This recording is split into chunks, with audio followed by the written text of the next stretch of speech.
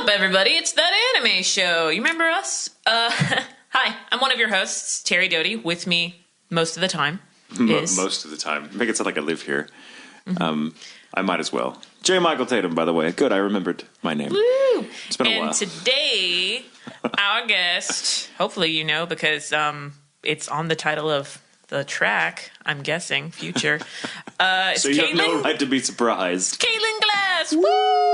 Hello, I am indeed Caitlin Glass. In case you're wondering. Who's this person who showed up here? I'm pretending. It is me. I'm not going to rip off like a Mission Impossible mask and be somebody else. It's truly me. I would be very impressed if you did that and we're still Caitlin. Why did that just seems like in that moment of you thought I was Caitlin, Dad. You were right. Like that would be. No one does that. I think that'd be really cool because for that split second I would think, oh my god, what am I about to see? Who is it really? Oh, okay, it's really you. You got gotcha. that seemed like a lot of money went into that, Matt. Why did you?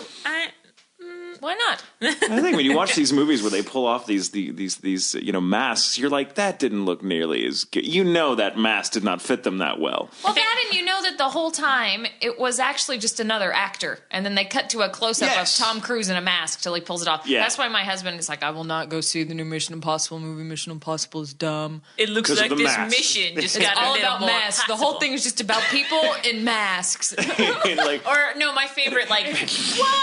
Okay, it's because everybody was assuming that, and they were all right. The Charlie's Angels reboot with Drew Barrymore, blah blah. And the first 15 minutes is this guy and LL Cool J, and then LL Cool J takes off his mask, and it's Drew Barrymore, and everybody in the audience goes, "What the fuck?"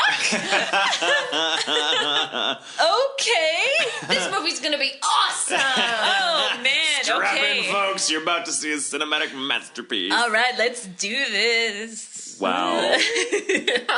But in truth, it's not that easy to make a latex mask that does not conform to your features. No, but and, one of my and look like anything other look than like you. someone else. Yeah. Because one of my favorite, it's on its second season. It just started this week. Is that sci-fi show Face Off? It's about special about like the effects. makeup artist. Yes. Yeah, I just special watched the effects preview of makeup that one. artists, That's where actually- they're like, okay, this week you have to create you're going to get in teams and you're going to recreate the Lion, the Wicked Witch, and like the Tin Man Woodsman. and the Scarecrow Wow. from like do a horror movie version. Yeah, well, no, not that. Right? It's like that's your interpretation, and someone did like post-apocalyptic Yeah, steampunk, yeah.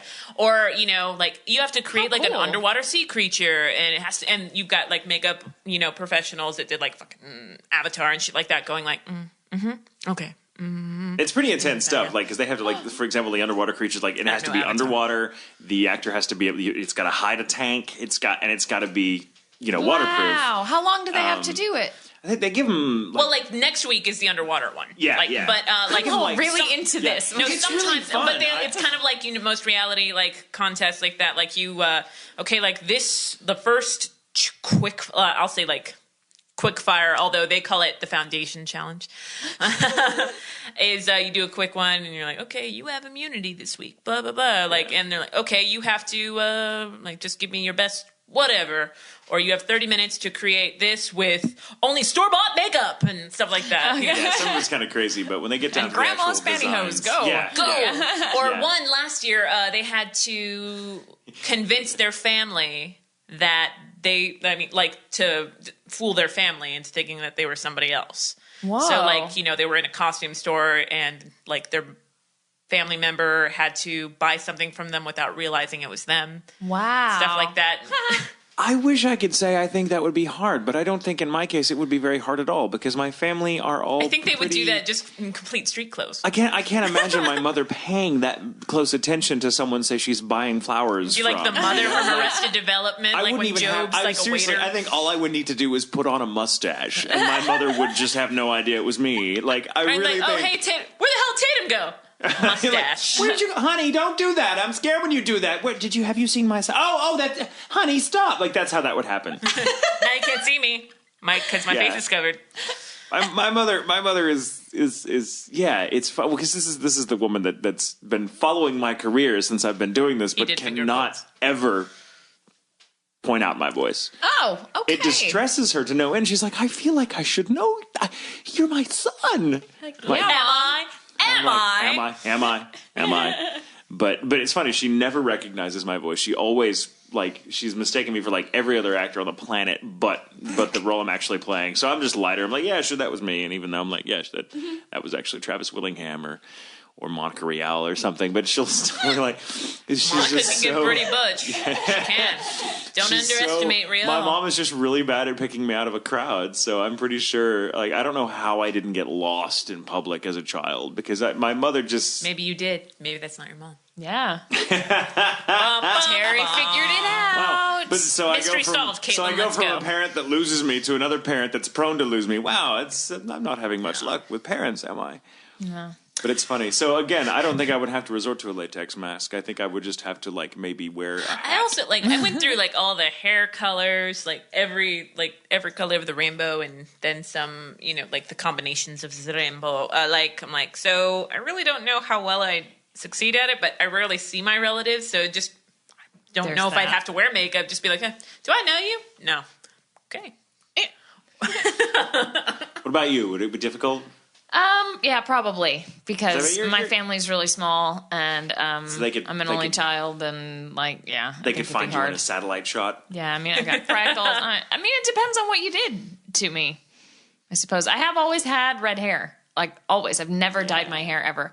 So it's never changed because I was a blonde as a child. Wow. I don't dye my hair or anything, but your hair texture and or color changes about 7 times in your life. No, mine has always been red. Always been red. Yeah. Steven was a dirty blonde too. Yeah, with redheads, it's different. You're right about that. Redheads is different. Redheads tend to be red their entire life. Yeah. See, I don't know. And this is going to sound gross, but in 2005, I had extremely long hair, down to my waist. That is gross. That's not gross, but what I'm getting to is gross. And let me I'm a very bad storyteller. No, you're so not. I needed a change, and my life things needed to be different, so I cut it all off with the intention of sending it to Locks for Love. Yeah. But also because so many things were changing in my life, that never actually happened. I just ended up saving it.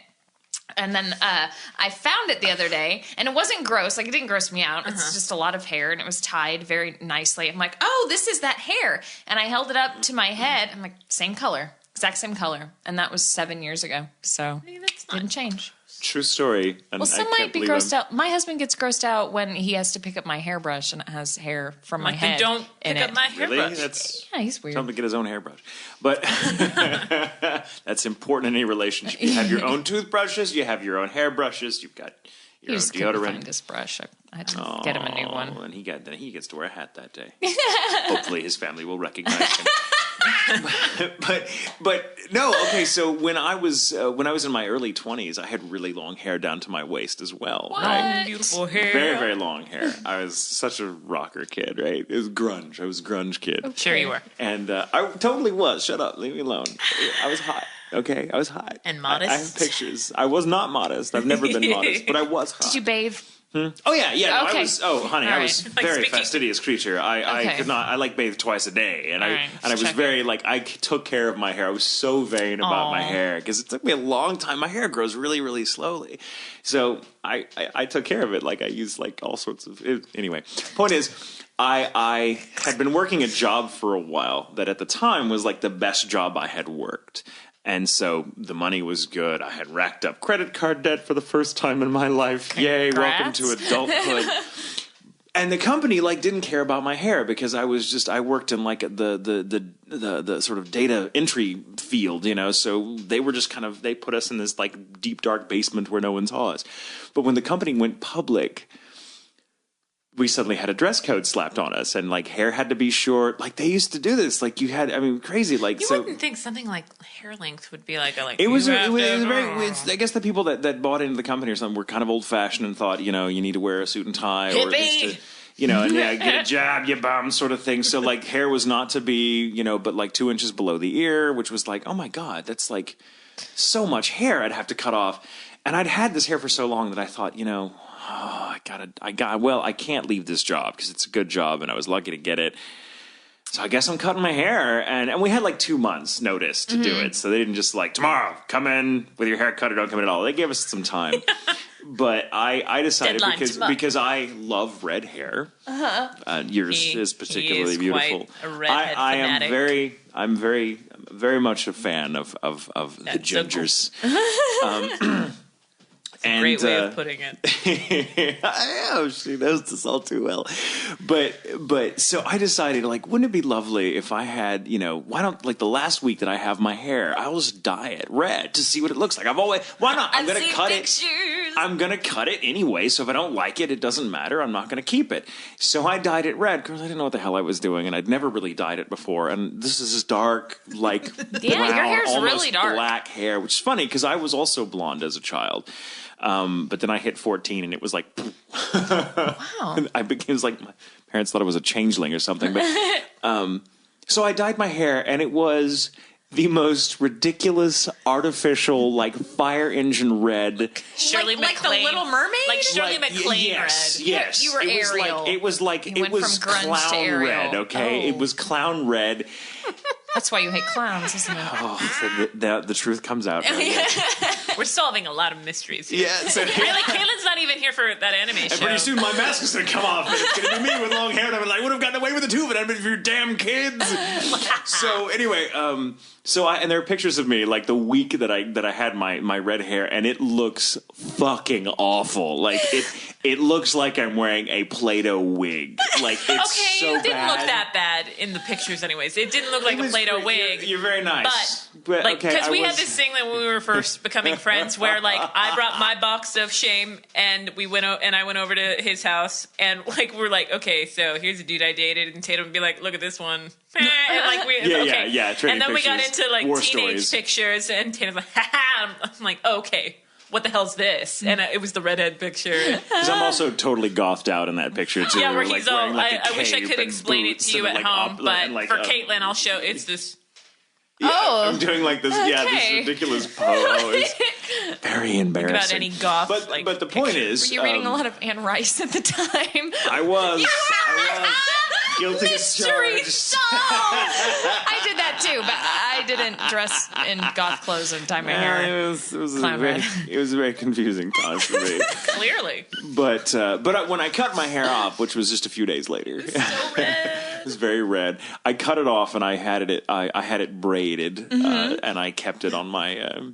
Wow. I had it hanging on my rearview mirror for a while until it got gross, and I'm like, okay, never mind. Because I intended to give it to Locks of Love. They won't. Do they take dyed hair? Well, they semi-permanent or semi. It's The kind that washes out. But yeah, or Eventually demi, washes whatever. But like I was going to chop off my hair. Like I donated it a couple of years ago, and I was talking to Maxie Whitehead about it. She's like, "Oh my God, do not use Locks of Love," because apparently they throw away a lot of the donations, even if they meet the criteria. Like if they're like, "We've met our quota for this month, we're going to throw away all this hair." So I'm like, okay, but I donated it to Pantene's like beauty links or something, and they send you like a confirmation or like, hey, just so you know, your hair was declined, but it's like, hey, we used it, thank you. Yeah, and I know some places that have different criteria. It used to be it must be a certain length or longer. It has to be at least for Pantene 8. For Locks of Love, it has to be at least 10. That's for them to like personally make it into a wig. But other places, if you send them shorter hair, like you just cut off 4 inches or 6 inches, they will sell it to wig companies that make wigs not necessarily for cancer patients, but just to make them. Yeah. And then the proceeds will go towards wigs. That's for. cool. So I'm like, Or all right. That's cool. Another really cool. So I don't think you have to have like mermaid length like if you hair just want to like donate. get rid of your hair, but like not just throw it away. A lot of salons, I don't know about in Texas, but a lot of salons in California and other parts of the country, you can just throw away like the shavings and everything, and they use it to make like mats to soak up oil in the ocean. That's right. That's right. Yeah, isn't that crazy?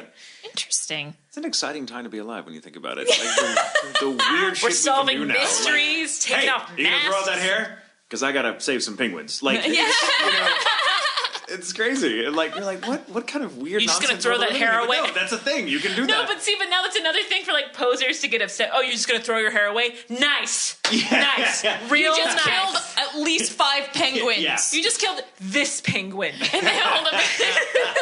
He's crying. he turns slowly to the camera to reveal that one little crystalline tear coming down his and beak. it freezes as it falls off his beak. It freezes as it falls off his oil-besought beak. Clearly, we have a lot of energy. We haven't done this since What did you say? September, and then we did the Halloween special, which was like a whole month thing for me and Steven. Yeah. And then Tatum came in, did his part, and then fucking left. No, I'm kidding. But that is actually what happened because I can't be bothered. Everybody did a good job. Takes charge and she's like, okay, come in, do this. Okay, get the fuck out. And so get out of my hair. I have shit to do. So it's like, you don't want to go for a drink? No, get out. No, but. Both of you. No, that was quite an undertaking. That was fun, but I'd say the person that not suffered through, because I had to direct him, but I don't know if this is funny or if it's just me funny, but Ian Sinclair played Victor Costley, and he's hilarious. He's amazing. Hilarious. But he's I don't know if that's me funny or... Did he write all those jokes? There are some things here. He's like, do I have to listen to all the stories? I'm like, oh, yeah, you can. But he's like, well, we're going to be here forever. I'm like, yeah. So he's like, just give me the gist. Give me the highlights. And I'm like, when Trina did this, she mentioned this, and it was really funny. And he's like, okay, I'll mention that. But he would just come up with the jokes on the fly. Because I didn't, nothing that we do is really scripted. So I just didn't want to be like, okay, say this. And even what Tatum and I did, which was very brief. Yeah. Our opening and then the ending, that was completely improvised. And then Steven was just like, yes, playing music, making sounds, sound effects. Yes. Steven was there in spirit. He was the werewolf. Oh, so it's okay. So speaking of the Halloween episode, Tia Ballard's story about Robert the Doll. Yes. Right? Robert. Which if those of you listening are not familiar, Robert did it. Go listen. Go listen. I'm not going to recap for you. It's a great story. And it is, true, at least in part. Robert Eugene something. Because I just got back from Key West less than a week ago, and which is where Robert the Doll is from and is currently kept. And I got to meet Robert the Doll and got some pictures of him after asking him all nicely, the pictures look different. When you were showing Caitlin and stuff, it's really weird. I'm pleased to say that I think all the pictures I got and all the pictures Joshua got with our very, very different cameras came out looking. He looks happy. He looks pleased. And you gave me a Robert the Doll magnet. I'm like, great, now I have this pissed off doll on my fridge. I wonder how he feels about them, making money off of his image. I think he likes the attention. I think he likes it. I would, in his position. I think I would. But it's really cool. So, there on the wall behind him is indeed all this just letters, hundreds and hundreds of letters that people have sent him. Some of them apologizing for not asking or for being rude to him. There is one story, we did a ghost tour while we were there. It was really, really fun. Neat. We try to go on ghost tours in every town we go to. So we've been to 2 in New Orleans. We've been on 1 in Chicago. I love doing that kind of thing because they're very cheesy, but they're really fun. Mm-hmm. And the one in Key West that we did, we had the single best tour guide for that kind of thing that we've ever had. The guy's name was Mike, and he was phenomenally good at what he did. It was great. It was so much fun. But they kind of showed us where Robert the Doll was kept, so we knew where to go the next day and all this, that, and the other. But he was talking about where was I going with this? I completely lost my train of thought. One of the letters. Yes, he was telling us about Robert the Doll and how. Thank God Caitlin's listening. Thank God someone's listening to me because I know no, I'm not. But one of apparently the story is, and the tour guide told us was that this German fellow. Was visiting Key West, was told about Robert the Doll, but got his stories mixed up, so he thought you had to shout at him to get a response. Oh, no. So here, they said this was only a few years ago that he was standing in front of this glass case in front of this doll, going, come on, Robert, show me what you've got. Come on, what's wrong with you? He was a paparazzo. And I do a terrible German accent, but yeah, so he's just going on and nothing happens. He's like, it's fake, it's bullshit, whatever. So he walks off. Well, 6 months later, the museum gets a letter from the same guy, handwritten, saying essentially, "Dear Robert, I am so very sorry for treating you disrespectfully. It was a misunderstanding. Please forgive me. Please make all the bad things happening in my life stop." And there is indeed that letter, but there's all these other letters from similar people who were like, "I'm so sorry I didn't ask ask your permission. I'm so sorry, this, that, and the other. Did you give him mints? But... What? He loves mints. We didn't give him mints. I forgot about the mints thing. I felt bad that I didn't give him. But Tia made sure to mention that. I'm like, I talked to him for a little while, and of course I got a good picture of him on my phone after asking permission, and then wanted to send it to Tia because I'm like, Tia will love this. It was, it was great, and so and I hadn't seen Tia in a while, so I'm like, got the picture, and I'm like, Robert, may I please? They're big on please and thank you. They tell you to say please and thank you. I'm like, may I please send this to my friend Tia, who's a really big fan of yours? And he didn't. He didn't do say anything, no. So yeah. I guess he didn't shoot lasers out his eyes at you. So I'm guessing it was cool. Wait, did you just say he didn't say no? So I figured. Well, I mean, I figured if he didn't want me to, something would have happened to indicate it. So, and I was very nice about it, and I was Not genuine. even gonna, okay. I wasn't condescending to him at all. I'm very respectful to Robert, and so I sent the pictures to Tia, who flipped. And she was like, "Oh my God, Robert, tell him I love him." I've already left. You go back. You go back. Go back and tell him. He'll know. It was really great, but it was really cool because we were the only people in the museum that day, where the doll is kept. It's because all the vacation times are. It's not really. Yeah, it's weird. We went on a Sunday, and so there weren't many people. There was people leaving just as we got there, but the only other human being in this big fort museum where this just has a lot of just odds and ends that are kind of peculiar to Key West. The only other person there was the person that ran it. What was that? But Robert's kind of the centerpiece of it. So it's really, really cool. So I'm sorry, I just had to throw that out there. You mentioned the Halloween episode. It's so I'm like, random because I got to meet Robert the doll. You were already going. You didn't know about Robert. I didn't. I didn't. Really cool. So. I love Key West, by the way. If you've never been to Key West, Caitlin, you must go. Okay. I'm sure it's nothing like Spain, but it's pretty badass. Well, that's a reason to go then. I mean, it'd be bad if everywhere I go from now on is just like Spain. You know that one place you went to? Everything's like that one place. Well, then why would I go? It's a good thing. I mean, I really like Spain, so it wouldn't be bad if every place else was also travel, like right? it. Yeah. Go to Australia, just like Spain. Japan, just like Spain. New York, just like Spain. I cannot think of a place that is more 180 degrees different from Spain than Japan. You're just not going to the same places I'm going, Caitlin. I mean, they do have oceans. You know what? Spain is second to Japan in seafood consumption in the world. Really? Of course I know that. Yeah. Huh. They're That's on a funny. peninsula, sure, surrounded by water. Sure, so. I would imagine. Yeah. But second. I mean, there's quite a few countries that are near oceans, but I guess Maybe it has to do with per capita. I don't know. must be. But it's cool. I didn't know that. I love seafood, so now I know where I want to go when I travel. I definitely want to go to Japan. I want to go back to Spain because I've only been once, and I was very young. España. España. I don't know. Been back for a while now. Yes, we got back in June, so we've been back since the summer. Woo! Yay! Are you glad to be back? You were gone for a year and a half. Year and a half. Mm-hmm. What was it like? What was it like? Talk about it for us. I loved it. It was hard, but I loved it in the end. It was hard to leave, obviously, hard to leave my job, hard to leave my family, but it was exciting because it was a big adventure. And it's a really cool thing, I think, for any newly married couple to do, to go and have an adventure.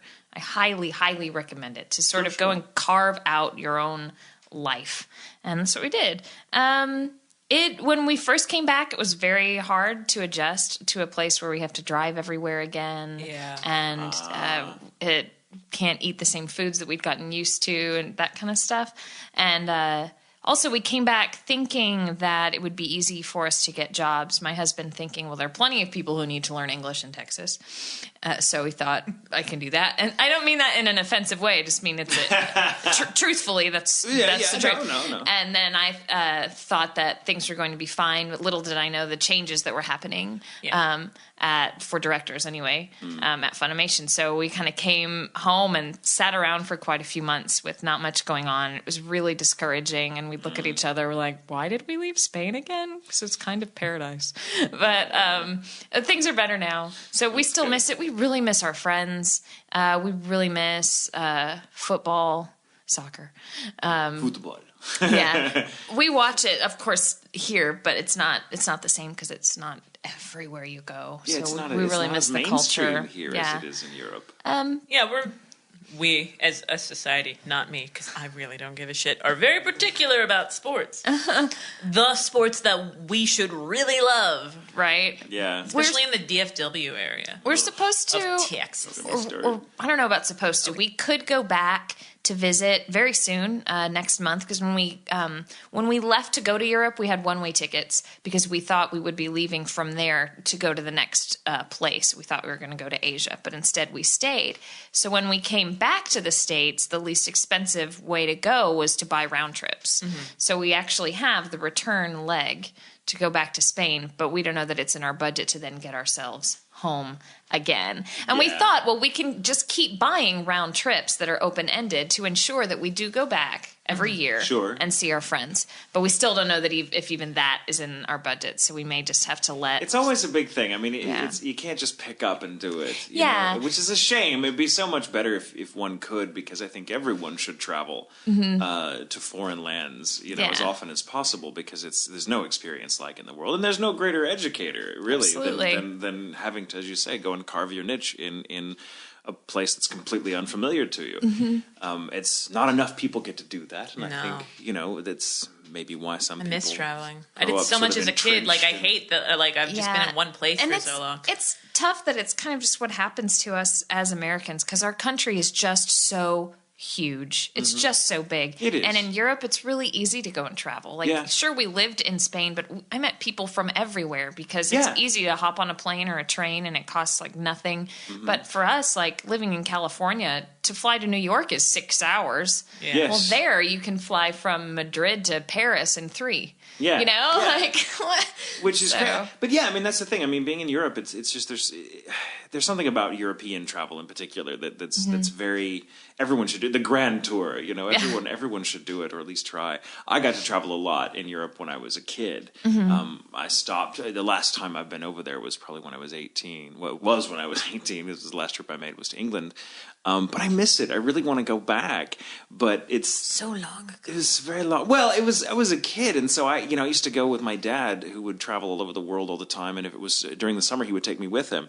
And so we would. It was just these whirlwind trips where we'd spend like 2 days in Munich, and then we'd go, then 2 days in Stockholm, and then maybe 2 days in Milan or whatever.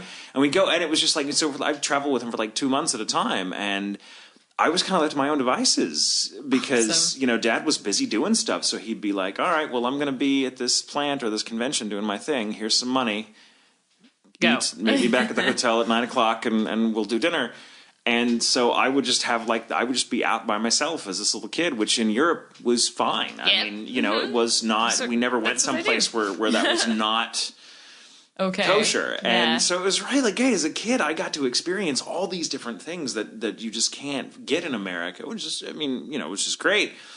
But it was a great education as well. I mean, it was just wonderful to it really broadened my outlook and my horizons. And I think travel is people don't do it enough.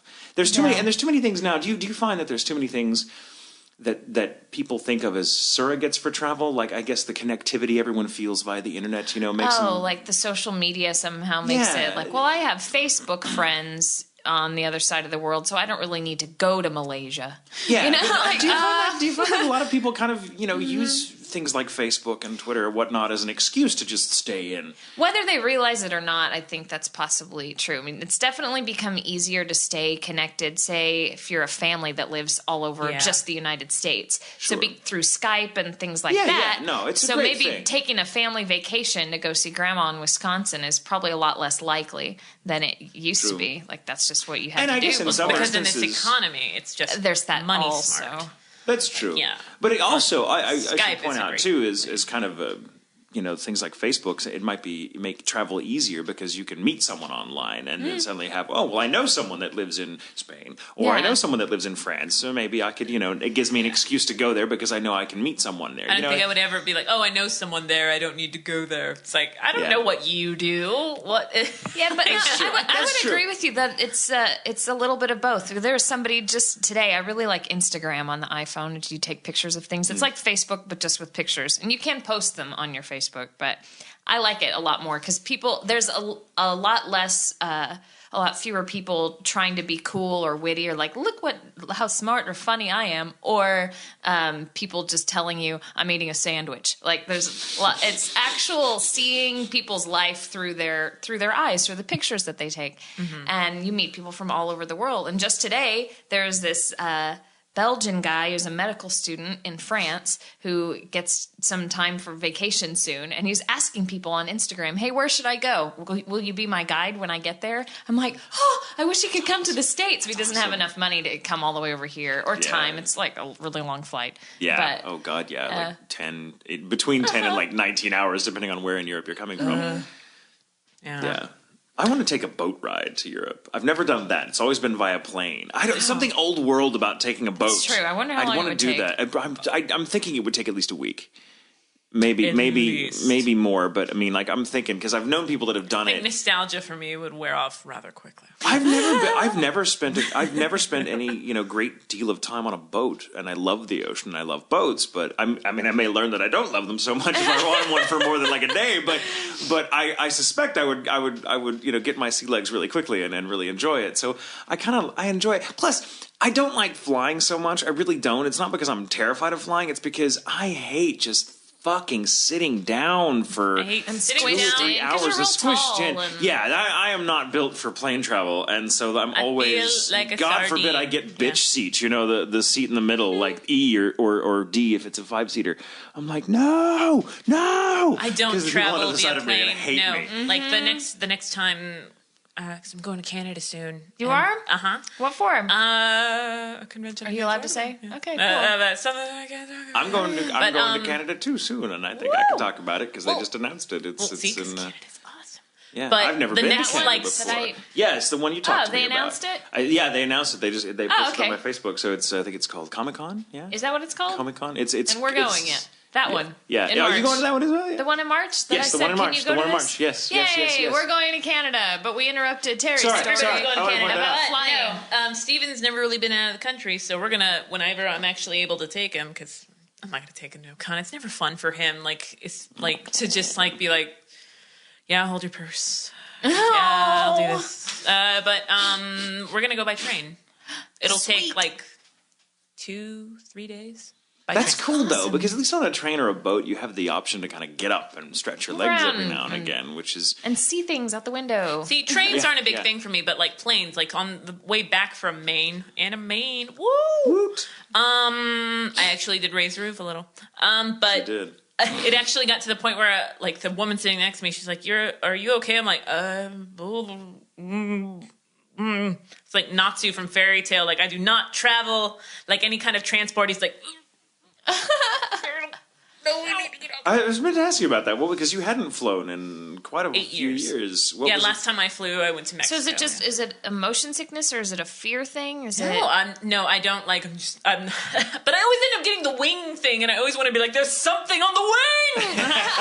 There's a man on the plane. Oh, Lithgow or Shatner, whatever you prefer. And Twilight Zone. I know, but no, like some people are like Shatner. I'm sorry. The last time we did a show together, no one knew who Vincent Price was, so I thought I'd cover my bases. No, like when we did the show together, it was at a con, and like it was a bunch of really to cover young my people, bases, and I said Vincent Price, were like it was one of my influences, and everyone's like, "Who's that?" And I'm like, "Oh, that is so depressing." And you go, "Okay, well, the bad guy in Great Mouse Detective? What? The Great Mouse Detective!" Edward Scissorhands is daddy. That old guy. And then they knew. Oh God, what was that? No, it's not a fear thing. It's not a motions. It's just, I think it is. I think it's like a mental thing where I'm just like, I can't get up. And I'm sitting next to people I probably would never hang out with in real life. And I'm just here. And I'm also 5'11". I always get the window seat or like the aisle seat, which means I'm going to get my elbows hit. Or like, I'd much prefer the bitch seat because I'm like, yes, I get to get up whenever. Like, do you have to go to the bathroom? Because I'll get up for you. Do you? That's what I would do. Yeah, I like the window seat because generally I can, unless it's a really long flight, I can keep from needing to get up. Mm-hmm. But I get anxious not being able to get up all the same. So if I got the window seat and I can just look out at the scenery that's flying by or whatever, I feel a little better. But if I'm on a plane, like, it's honestly just freaking boring. Plane travel is so boring. And I'm in this fucking metal thing in the sky. This is so boring. I know, right? How incredibly do you remember the horribly privileged relatives? do I sound? And I'm talking to at home. My mother has pictures. My mother has pictures of family from the 1840s where they're all in front of covered wagons and stuff. And if I were to go back in time and tell them about, oh my God, travel on this giant metal thing that goes 10 million miles an hour, through the stratosphere. It's so boring. They would burn me. Well, see, because you got my older relatives, or Patton Oswalt mentioned this, I think, in one of his stand-ups. It's just, people used to get fucking dressed up to go to the airport, and your stewardesses, they were so happy, but when you saw a pilot, you were like, wow, a pilot! Oh my God, I'm a pilot. I'm a flight attendant. Why are you a flight attendant? Yeah. I don't know. Nothing better to do. We become so jaded. Yeah. Well, there was kind of a mystique to plane travel, when it was new, as there always is. I imagine as there was to steamer travel or traveling by steamboat or by ship. There was still is because you're on a steamboat. Well, now it's because you're gambling, but and maybe you're in Shreveport or something, But yeah, it's interesting. Modes of travel, like trains. Trains are nothing now. I mean, love trains. But trains, one of the greatest liners ever was the Orient Express. Agatha Christie wrote a murder mystery about it and its popularity. But this was the greatest. Maybe 8 people on the planet could afford to travel first class of this thing at the time when it was the most popular. And you got a full meal by French chefs, master chefs. And all music playing, live music, quartet playing on a train, which is that's an extra talent. You think if you're going to be in a maybe quartet, we're talking about just because we live in the DFW and you have to drive everywhere, and you have that was the biggest adjustment moving to Texas. And I'm I can't just take even a taxi. Even taxis would be where do you live? It's a little far for me. I'm you're a taxi. Mm-hmm. It's kind of weird. It's because we're such a big state, and the bigger the state, the more land there is, the more spread out everything is, and so there's very few. Texas is one of those states where it's really actually a lot of nothing. It's a lot of little towns and a lot of more or less and they all have their brush own laws wilderness and jurisdictions and issues, which is why we can't get because we're so big. Be where are you from? Dallas. Well, I'm from Austin. And I'm So? It's kind of like being in Ireland in a way. It's kind of you're from one village over, so I don't like you. And we're going to fight now. Hey, it's not bad. If I'm from Sussex... Tap in the morning to you. I'm Frosted Lucky Charms. That's what you sound like. But seriously, in Ireland, it doesn't seem... in some of these little backwater villages in Ireland, which I used to know quite well when I traveled there as a kid, they don't like each other very much. One town over... They definitely don't like when you make fun of them. It's they don't like that. We've told that story. Yeah. I don't like that. Yeah, I'll tell. Those were dark times. Well, I'm thinking with any with any kind of place, yeah. Or when I lived in Pennsylvania, yeah, it's you're from New York. Yeah, where in New York? Well, I'm from Queens. Well, I'm from Brooklyn. So back off. Yeah. But I was talking about I don't think a lot of people. Where are you from? Where are you having from? to travel, it's it's so interesting that most of the culture in at least in America, but I think this is true of Europe too. Most of the cultural stuff, and I mean where stuff is happening, not just the historical stuff, but where artists and writers and thinkers kind of congregate, tends to be in places where everything is within walking distance, which That's is a good point. Isn't that strange? Because I mean, which is kind of. It's almost like they can explore. I suppose but it's inversely proportional. The more room you've got, the less likely the people living there are going to be very progressive thinkers, which is not a good nor bad thing. It's just a general observation. But the more compact an area is, the more metropolitan, the more likely everyone there is going to, it's weird. It's weird. I don't know how to describe it. But that was a weird thing about being in Key West, which I love so much. I've never been on a vacation somewhere in my adult Keep running into the same people. We run into the same people every day because they're also there just kind of vacationing because the place is so incredibly small and everyone walks everywhere. So, I mean, we probably... got fit legs. I've got very fit legs, and there's like a heart-shaped, no shit, there's a heart-shaped blister on the bottom of my foot that I got. I'm like, oh, it's appropriate. I wanted to take like a picture of it and put it on Facebook, but it's gone now. And that's kind of gross. But it was a little hard. Just I could be like, I could like just have a picture of my foot and the heart-shaped thing and be like, heart-shaped blister, Key West. You would never take a picture of your foot. I wouldn't. I wouldn't actually. My feet are disgusting. Dave's very insecure about it. But I've never been somewhere in my adult life where everything was within walking distance. Now, we probably I mean, if we'd had like little pedometers on or something, we would probably registered like 40 miles under our belt because we did so much walking. Mm-hmm. But it was like, I never got tired of walking. We never got fatigued because everything is right there. It was such a great adventure. And what is it about walking as opposed to driving somewhere that makes you more likely to go out and explore? I don't know what that is. Absorb rather than you're like no road. Is it because you don't have to necessarily you're freed from the rules of the road, so you can kind of you're free to look you around. Can just stand somewhere and be like, which way do I go? Hey, you can stop. You can't be going down I-30 70 miles an hour and be like, what do I want for lunch? And just stop. Like you have live in to. Texas. You know what I think? Of course you can. Yeah, people do it all the time. Yeah, that's true. They do. I've hit him. I thought But there no, was you're stuff right. You're right, though. It's like it's more freeing to be interesting. So it is interesting how because getting back to my parents, for example, and I love my parents. I don't mean to rag on them all the time. They're fun people. They're just weird. Whatever. I'm a horrible son. I'm a horrible son. Whatever. I don't care. I've made my peace with this. But that my parents don't travel anywhere. Oh, my dad travels all the time for work, right? But he travels all the time for work. Though. I know. But my mother has no excuse. My mother's retired now. Has been retired for 7 years. Maybe it's like the Facebook thing. She's like, you've traveled. I'm married to you. Vis-a-vis. I've traveled. yeah, kind of, yeah. But I live an hour away from my parents, and getting them to come out to visit me is like asking someone to move their entire family on a week's notice from Japan to, not Japan, Texas, with no money. I mean, you'd think my parents' only mode of conveyance was a rickshaw or by foot. And and I live 60 miles away from them. And so they're like, oh, but honey, it's so far. I'm like, you live in Texas. This is a normal drive. They live in McKinney. Which is, right? It's not even an hour if you speed a little. But I mean, but my parents are just like, oh, it's so Tony far. and I drive through there to go to soccer games. I know. We don't have parents who just want to go watch some soccer. I live in Arlington. I have to travel 8 miles just to go to the goddamn store. What is, visiting family? But I mean, it's just weird that my family is like that. But it's like if I lived... But my brother, he married into this family, and they all live within a couple miles of each other in Allen, which is right next door to McKinney. But because they're so close to each other, they meet up all the time.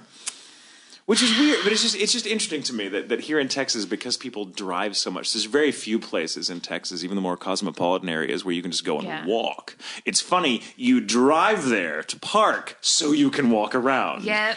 But it's like going to the zoo as opposed to living in sort of this adventurous neighborhood where you can just, life is waiting for you at your doorstep. Yeah. It's not very, Stephen and I love to just walk around the neighborhood or just walk. I've never been this way. Let's take a walk. What a novel idea. What a horrible idea. Who would do that? Don't you have a car? Yeah. Yes, I do have a car. And gas is not getting any cheaper. No, thanks a lot, Iran. Wow. Anyway. Yeah, I went there. You've actually been to Iran. I'm kidding. And I'm going here. Wow, you are really well traveled. You are adventurous. It's just like Spain. It's true.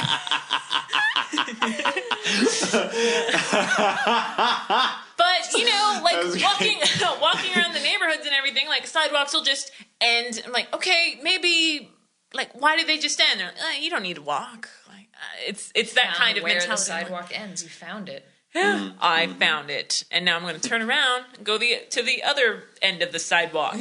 Or like, down my street, there are no sidewalks. I'm like, no, don't walk around here. Hell with you.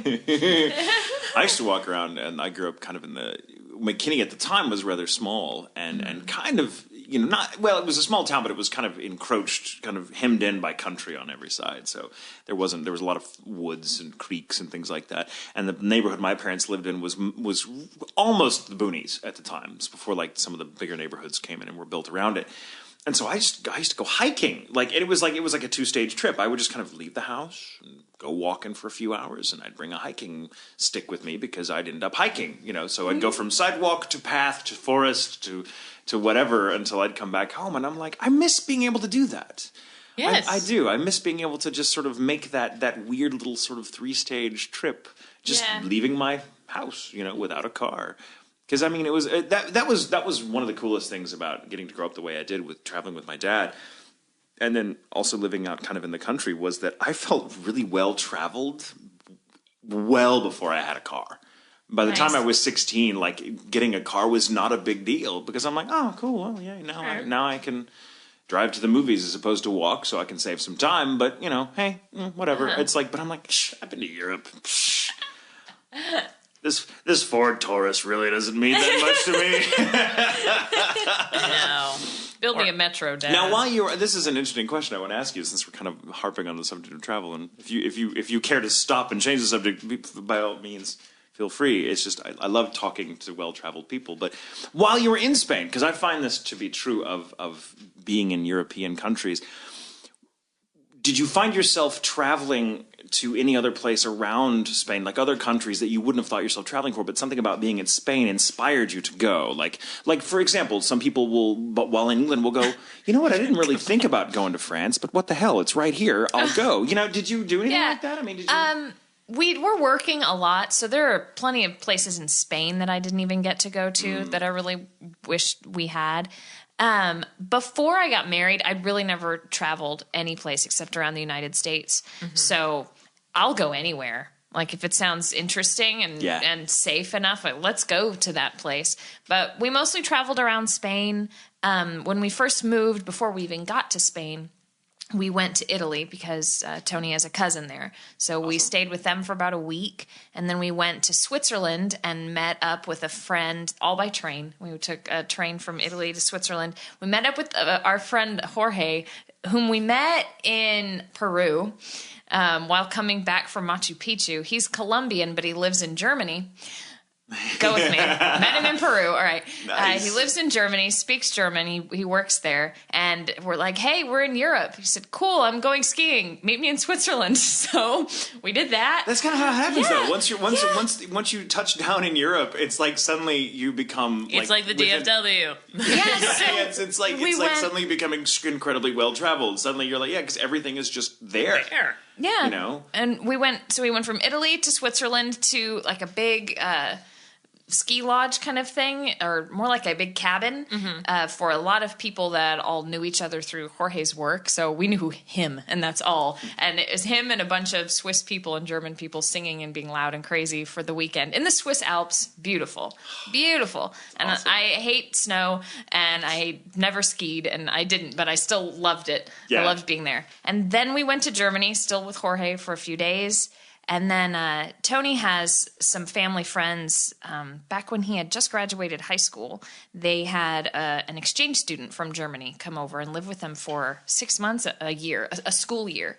Wow. And he was studying English, so he did all his schooling here. Well, they've kept in touch with him however many years later, 15, almost 20 years later. And we went and stayed with him and his wife and son and for like... another week while we sorted out, okay, where are we living when we're in Madrid? Like, we were kind of by the seat of our pants. We knew we were taking a class, but we still had to sort out the apartment situation. So, yeah, we hit up some countries. Apart from that, we went to France. Tony's sister came over. So my sister-in-law and her husband came to Paris, and we went and met them there. That was fun. Tony went to Amsterdam, and we had a great time. It was That's nice. awesome. Yeah. It's the kind of thing about travel. Once you get to do it, once you've done it enough, like once you even start doing it, it becomes hard to stop. Yeah. It's it really is easy. Like they have airlines, like discount airlines, so it's kind of like being it's being inside a commercial the whole time because you can't sleep. You can't. They're always coming on trying to sell you things or coming down the aisle. So it's like it's not just reading the duty free magazine. It's like it's being shown things and they're like shut up. But it's cheap. It's cheap. It's like €100 or something round trip to fly. Yeah, and we went back to Italy also because his cousin got married. So while we were there.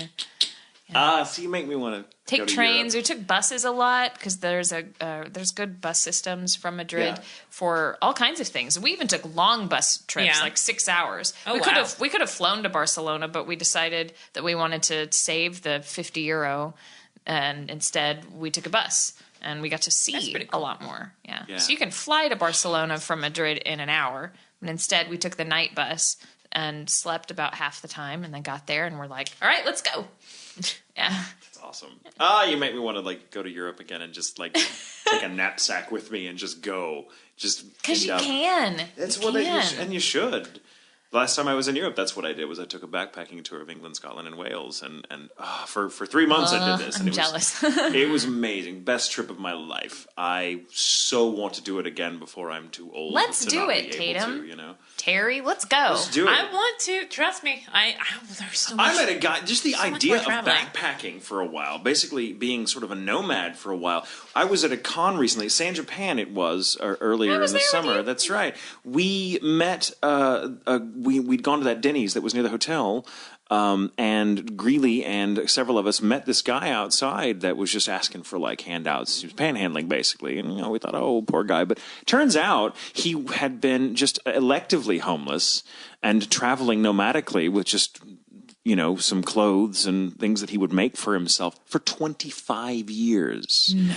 And it was amazing because you talk to him. He's like, yeah, I just love doing it. My family's, his mom's, dad's, sisters, and brothers and stuff that he would just send postcards to. So he was kind of like Gobo's uncle from the Fraggles, you know what I mean? Which is great. But I mean, as a kid, that's always something I wanted to do. I would love to just for a time, maybe not for 25 years, but for a year or two, I would love to just let go of every, sort of earthly, well, not earthly tie. That sounds a little too metaphysical. But I mean, I would love to just let go of everything that I know, leave the house for a while, maybe in the hands of someone that needed a place to stay for a year or something like that, and just travel on foot, or by bus or by train, just by hook or by crook, just have this adventure. Because no one does that anymore. No one travels like that anymore. Travel is almost too easy. Or too boring now because it's all about just going from point A to point B. It's no longer about the getting there, which it's not about the journey anymore. Yeah. Mm-hmm. But I would love to just do that. I would love to, even just here in the States, I would love to do that because there's a bunch of places in the States I've never been. Yeah. Well, that's what I made myself travel a lot when my dad passed away, and I'm like, I have a truck. No one knows where I am anyway. It's just harder here, though, because liberating. The country isn't as well connected, except just through regular old streets. That and we don't have a hostel type system that they do in Europe, where you can have $5 and have a bed for the night. Which is pretty sucks. much they have that everywhere else. You start knocking on people's doors. Excuse me, you seem nice enough. Can I sleep on your couch? We seem to have this weird. Americans seem to have a very strange relationship to nomads. We always talk strangers. Always on this show, we always talk like we're not Americans at all. And I'm but I'm saying as an American, but it's just funny how. But I really don't identify with the society as a whole, just in the way we view travel or things like that. Yeah. That I find that we and usually our guests kind of why do we do this? We're thinkers. We're thinkers. We're creative people. All of us people we have on the show, we're creative people. So we do tend to go against the mold because I think. Or for Steven, he's like, silly humans. I'm like, you are a human being as much as you don't want to be. You are a human being, sir.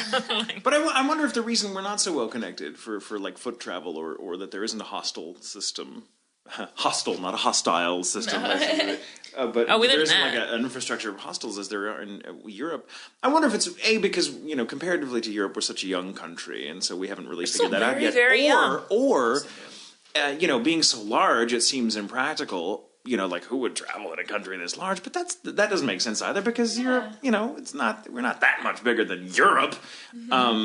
Really, I mean, we're not. But I wonder. It seems like I don't know. At least maybe this is a Southern thing. Maybe this is a Texas thing. Maybe this is just the town I grew up in. But people seem to be less amenable to the idea of tourists or outsiders coming to their towns. Most towns do not.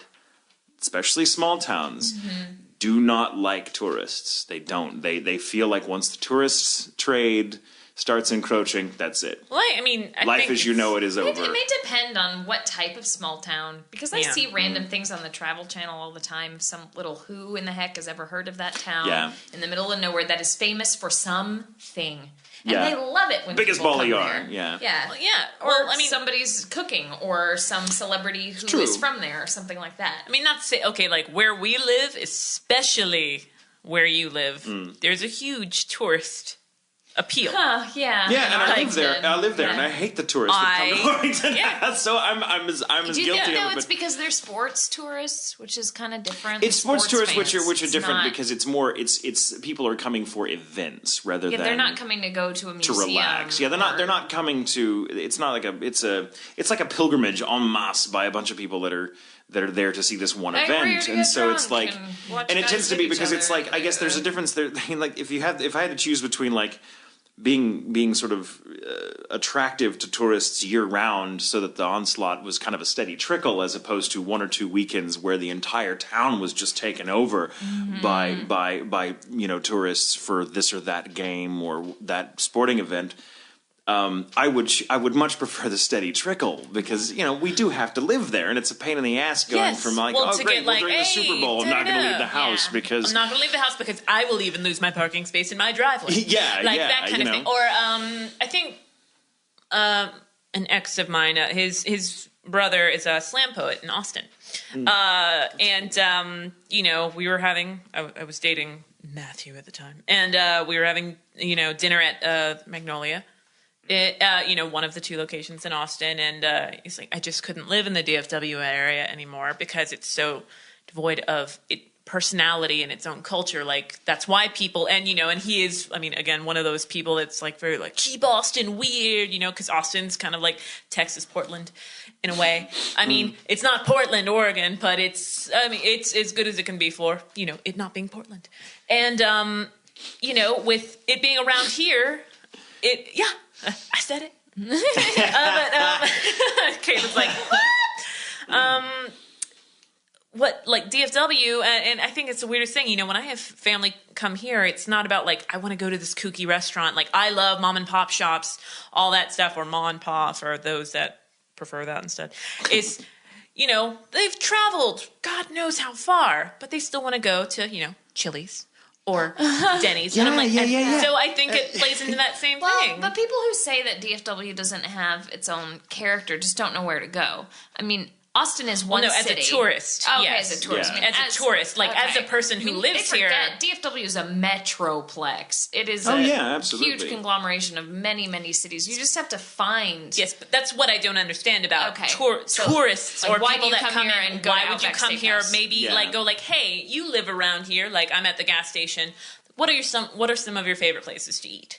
And be like, oh, okay, like... You've been going there for da-da-da, like, it's just down the street. Okay, cool. And it's this random hole in the wall that you didn't, like, Google and be like, I don't know, Yelp gave it a good rating. But, like, it's...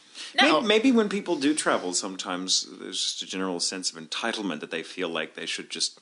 Everything should be what they expect, and like it's. I mean, I know I've known people like this in my life, and I've been like, I've been guilty of it from time to time.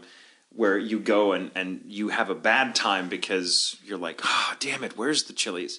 Because, I mean, like... Some people travel for different reasons, and they forget that it could be, if you choose for it to be, it could be about absolutely every moment of the experience. Yeah.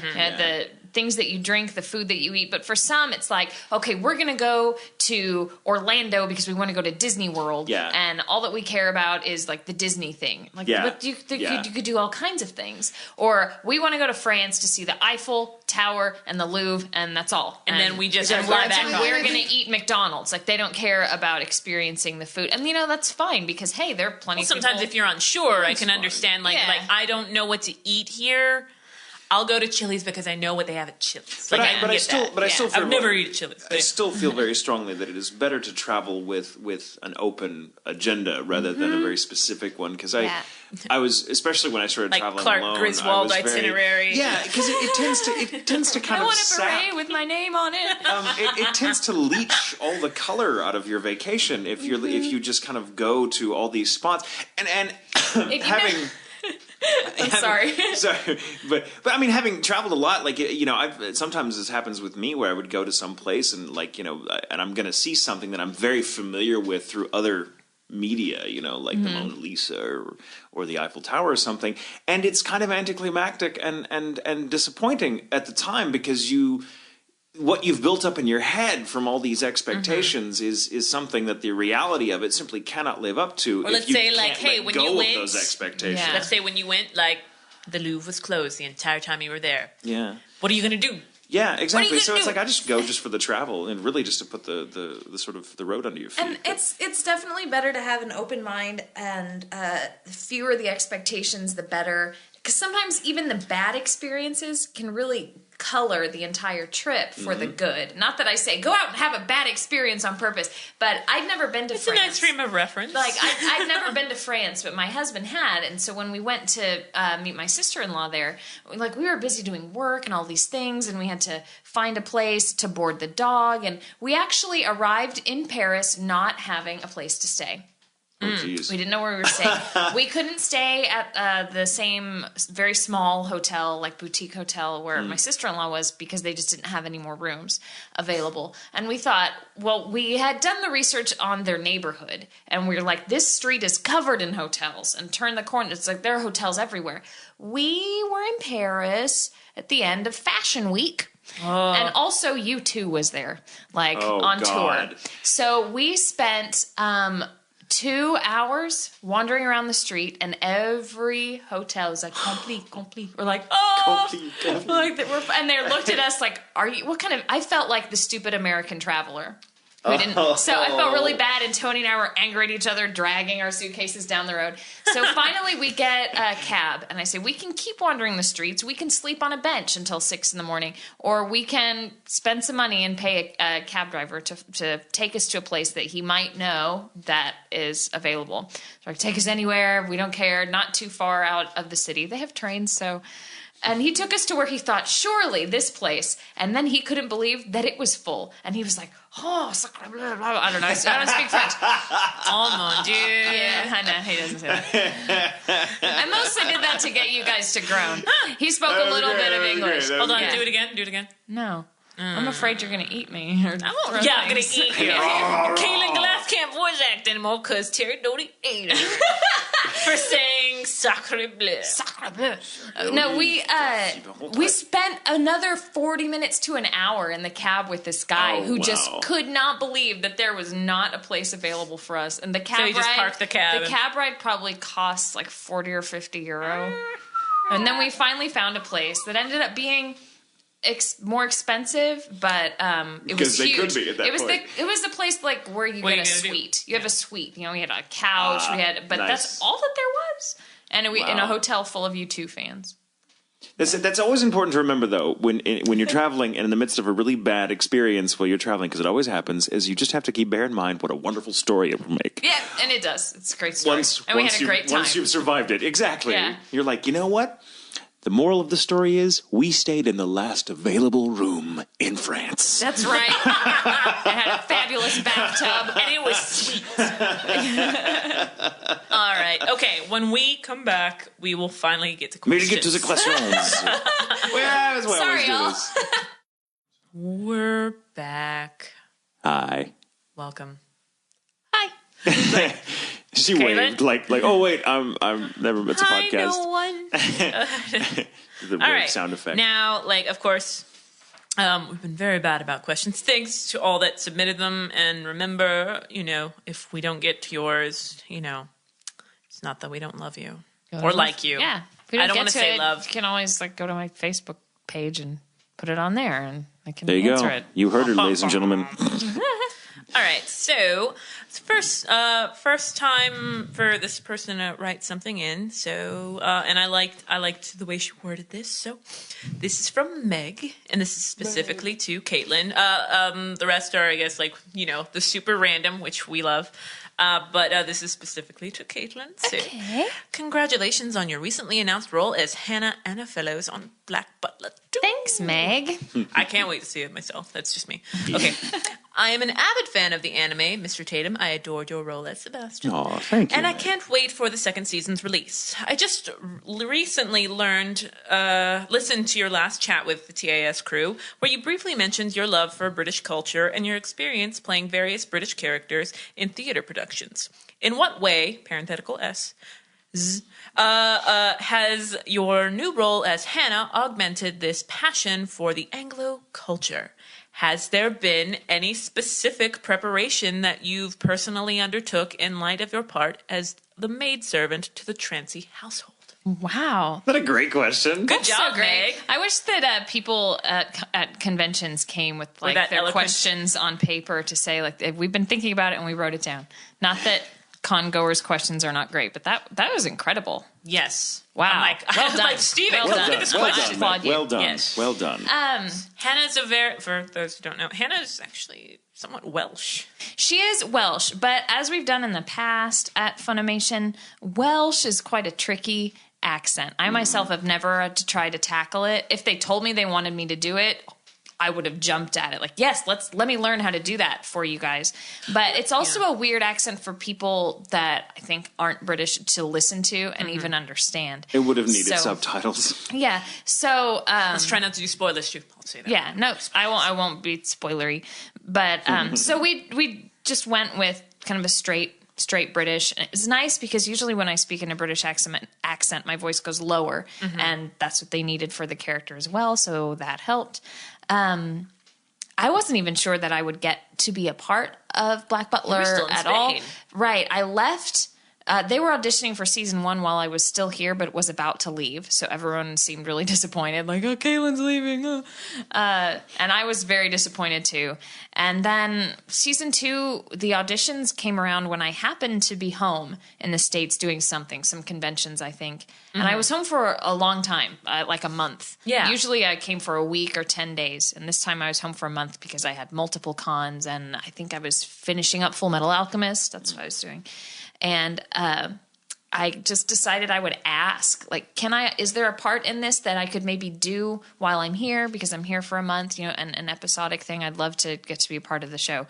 So I auditioned and read for Hannah and also Aloise Trancy and wasn't sure because it was up to kind of the production team to decide, they didn't have all the scripts yet, so Right. I could only record half of it, and then would they be willing to delay the end and wait for me to come home? Because at the time I said, we're coming home in June-ish.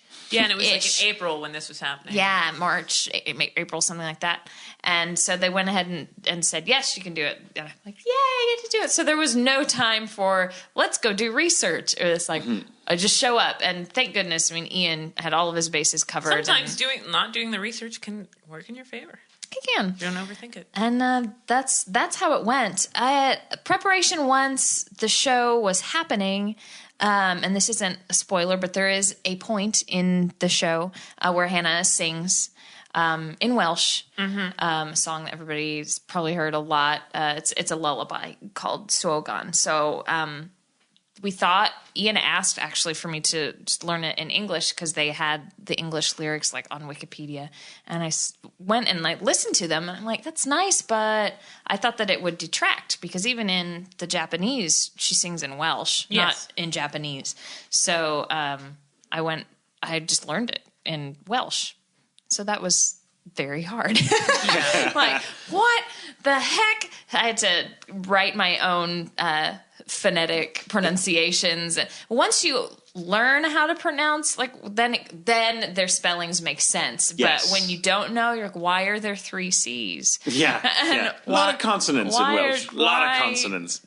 F, Well, like, F followed by W. What is that? How do you say that? They didn't know. They didn't know that what it was, and they were just kind of like, "What language is this?" And of course, never talks until it's like, "Oh, I can't believe you don't know this." But it was Steve, and he's like, "It's Welsh," and they're like, "I don't know," and he's like, "It's Welsh. Bet me, I dare you." And it was Welsh. Yeah, thankfully, I mean, it's a common song, so someone who would recognize it and be able to say it's this song and this is the language it's in. So I really enjoyed working on that. Thoroughly enjoyed getting. I can't wait to watch it. To be in the show, but specifically getting to work on that song, it made me feel like I was back in choir. In my high school choir, our music director, we sang in every possible language, and I miss that. Well, I'd say also, and yes, I think everybody knows I'm a Black Butler dork. I don't know if you know that. Yeah, it. Shut up! I helped you prepare for the audition, asshole. You're welcome.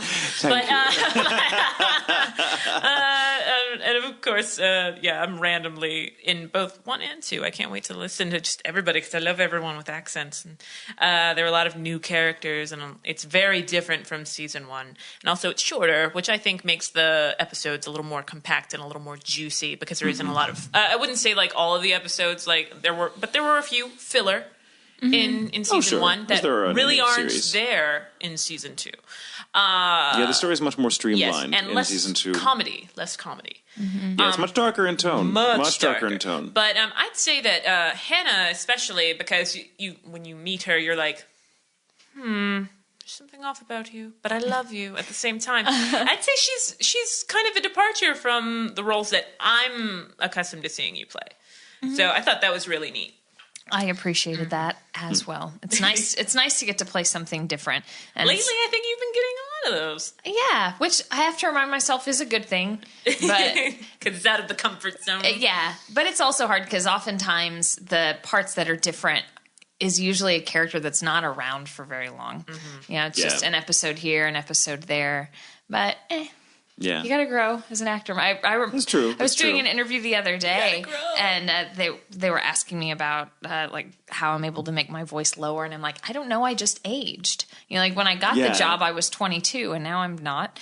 Now I'm 30, and I'm 30. Being 30 is great. So like my voice is 8 years older, and I'm working to make sure that I can still do the high things. But I would hope that I can do the lower things too because I'm older now. Yeah. So. Well, that's the thing I've noticed as I've been doing this now for almost a decade myself. It's my voice is kind of because I've done so many of those deep voiced roles and a few of the crazier ones. But I mean, for every like Kamui and D. Gray Man, there's been like 5 or 6 like or like age and heroic age. There's been a dozen or so characters like Scar or Sebastian or Scar. or Hillshire. Anytime I hear Scar, I think of the Lion King. I think of that. Or because Tatum and I were big fans of Fail Blog, I think of the Tourette's guys that nobody talks shit about Total. I made him record that as Scar. Yeah, it's true. It's very true. That was my reference line with Caitlin. It was like, don't talk shit about Total. Update. Yeah. Update. Nobody gives a shit about Bigfoot. Yeah. If you don't know what we're talking about, Google. You need to Google look it up. Go to YouTube. It's funny as hell. But tetanus? Tourette's. Tetanus. Yes, tetanus. Well, Scar. Is that what happens when you get tetanus? Yeah, that's what'll happen. You don't get that shit. Damn lockjaw.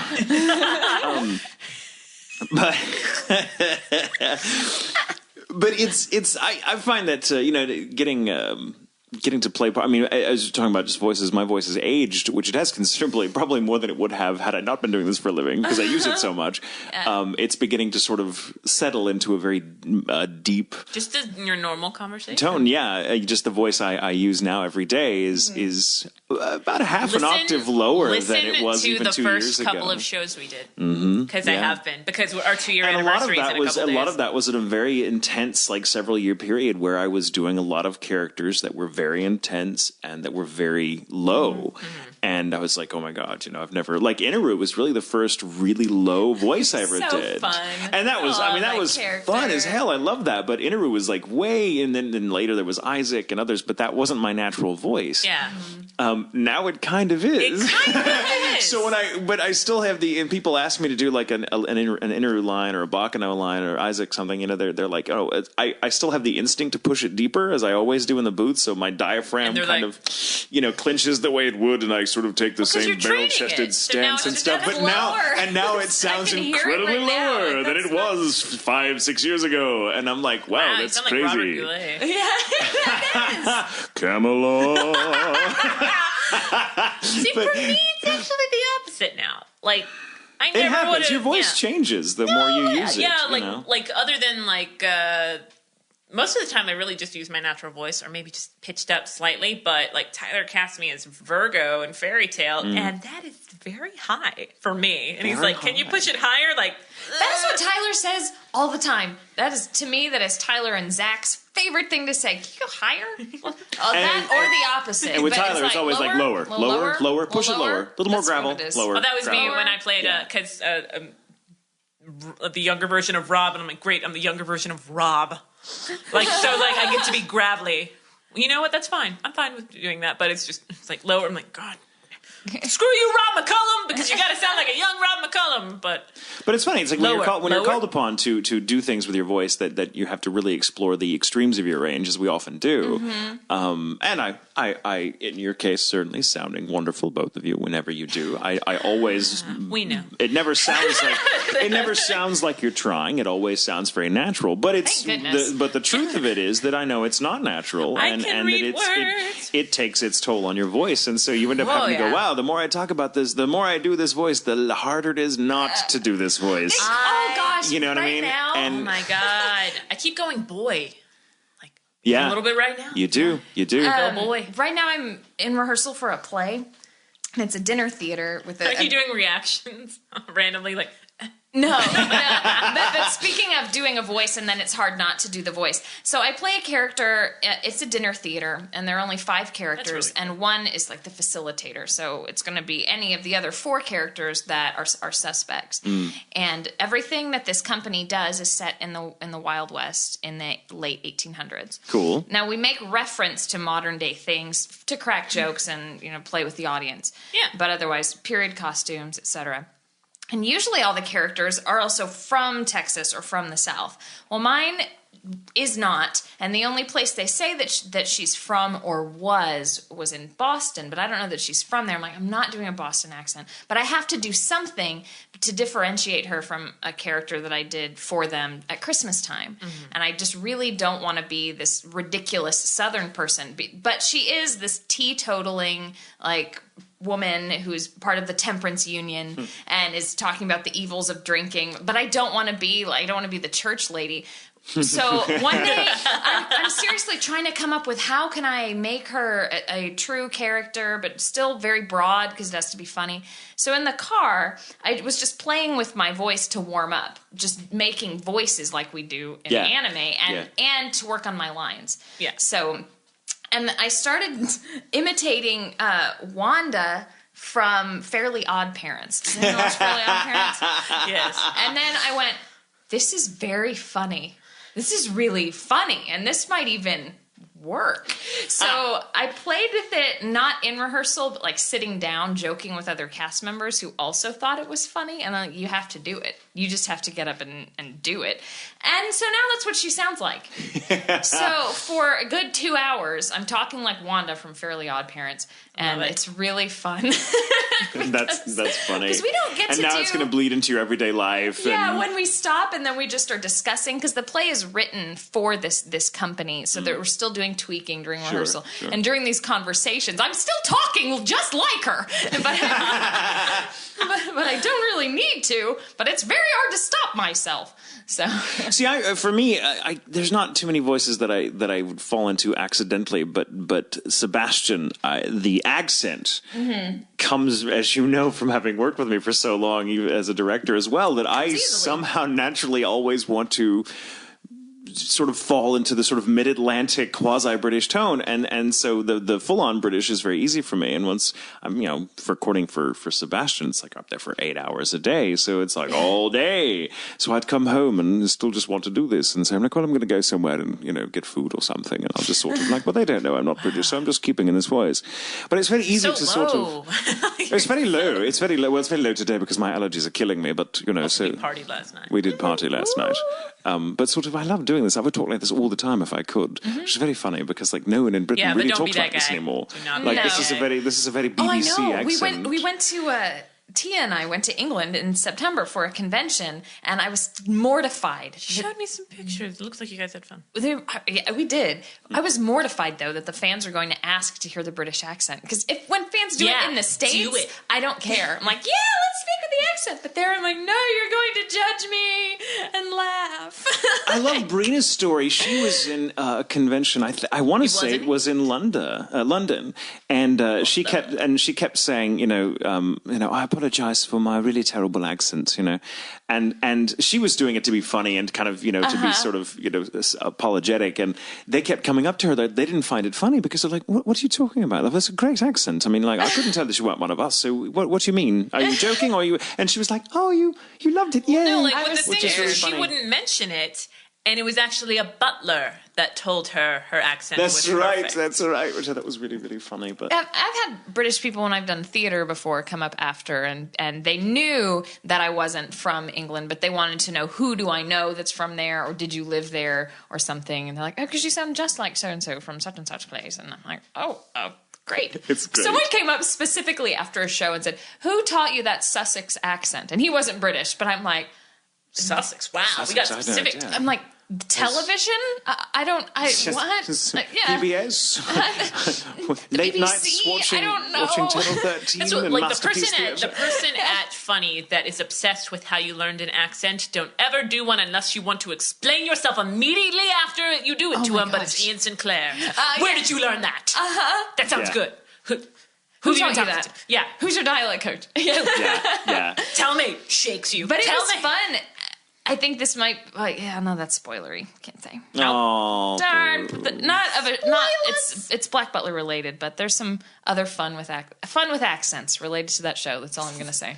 Yes, there's quite a bit. Fun with accents. We'll just have to have you back. It's fun. Okay. Do you find, we were discussing this a little bit last night, Terry and I, do you find when you are called upon to do an accent, especially if it comes easily to you, as British does for me, or really bad French does for me, apparently, my Spanish accent. I get braver in the booth when I'm doing an accent because I feel like the accent gives me something to sort of cloak myself behind. It's so not like me that it's sort of like it's like wearing a mask. That's and so what you're a little braver. It's like being in theater and getting to wear a mask, or for me, being in theater and playing a character like who smokes or does something that I don't do really in my daily life. Yes. Well, I mean, that's what we were talking about. It's like I can't be sultry, but I can be sultry if I have an accent. Like, but I can't do it like if it's my natural voice. And it's just because in your natural voice you're more self-conscious about being sultry. It's not that you can't physically do it. It's just that provided that I already know the dialect very well, because I'm like a perfectionist. I'll be sitting there like going over when they do the playback. I'll go like, that vowel sounds wrong. Can I do it again? Yeah, and stuff like I'm the that. same way. You really are. It's like, oh, that sounded good. Oh, didn't that sound weird? The way like that E ended. No. Hey, this is a good segue for this question I want to ask that comes from Ariel. Sorry, I'm not, this is a good question. Ariel, I like it. What a great name. I know, right? Okay, so her question is, have you ever had someone try to convince you of something you were utterly sure was true or not true? Did you succeed in standing your ground, or did you give in? Something for everybody. Anything. That's for everybody. But you can go first if you like. I don't know that. Oh, I'll go first to get the ball rolling if you need time to think, because I already have a kind of an answer, though it's an inverse Probably won't answer. even get to me and Caitlin, but... Well, I should say off the bat, we're timing you, Tatum. Go. Like when you're eating. How has, I hope the battery in your watch is full. But anyway, no... I'm not wearing a watch. I'm staring at the freckles. Oh, look at left wrist. Oh, look at my wrist. No, it is very hard for people to convince me of things because I'm such a... bastard. Like I am very difficult to argue with. You're a stubborn bastard. I am a stubborn That's bastard. why it's I'm a harder to convince stubborn bastard, and I'm very set in my ways. I'm very polite about it, but you cannot reach me if it's something I don't agree with, and chances are it is something I don't agree with because I'm very opinionated as well. Also, hence the bastard part. But that's just me, right? So I can't think of a time when anyone has ever tried to convince me of something that they knew that was not true, and let alone me actually relenting and going, yeah, you may all be onto something. I can't think of one. I mean, sure, there are instances, but nothing that stands out. I did, however, once know a girl, and this is years ago now, who could not be persuaded. Okay. You know where I'm going with this. That one, on certain days, could see the moon in the sky at midday afterwards. Could not be persuaded.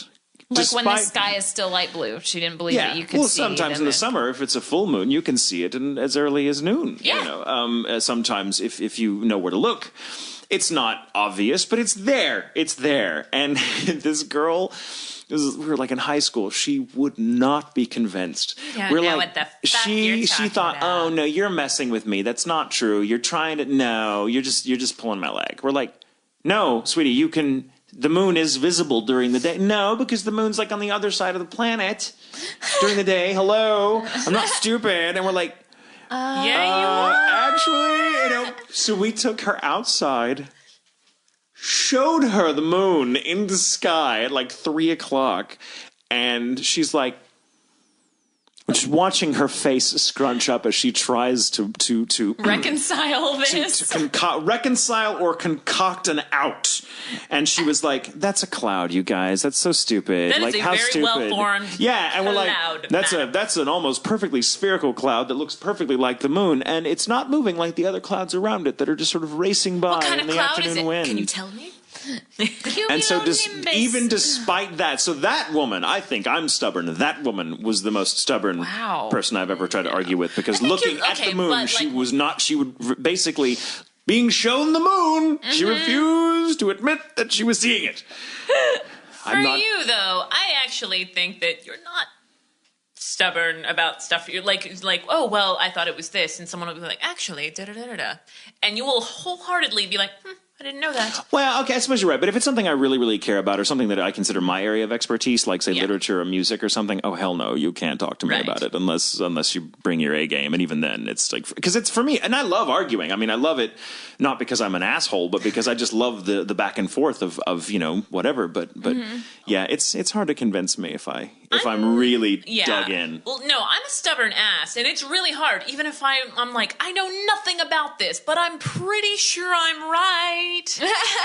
But they have been studying it for 7 years, so maybe they do know. But no, fuck that guy. Like, no, that doesn't happen to me. I'm just like, I'm like, now that I have a smartphone, I'm like, yeah, no. Hold on. Wiki says you're wrong. And they're like, there's a reason. You. But I personally can't really recall too many situations like that. I think I'm just too easygoing. There may be something that I feel very strongly about, and even if it's something that it's important to me that I get my point across. But if the other person is just going to keep arguing and throwing, like, then you're not getting the reason that I'm even sharing this with you at all. So okay. It's just not worth the energy anymore. I envy that, because I don't have that. If someone does not agree with me, I can't let go. It's weird. You have to just be like, okay, agree to disagree. This is why I'm never on the internet, because I know if I were on the internet like a long time, I would never get off, because they'd be like, no, I can't come to bed. Someone is wrong online. You know, I would have no life, less of one than I have now. And no, seriously, like, so because I am terribly like, if I feel very strongly about something and I am trying to share it with someone, it's because I am passionate about it and I think it will benefit them, and I just love talking about it, of course, as everyone knows.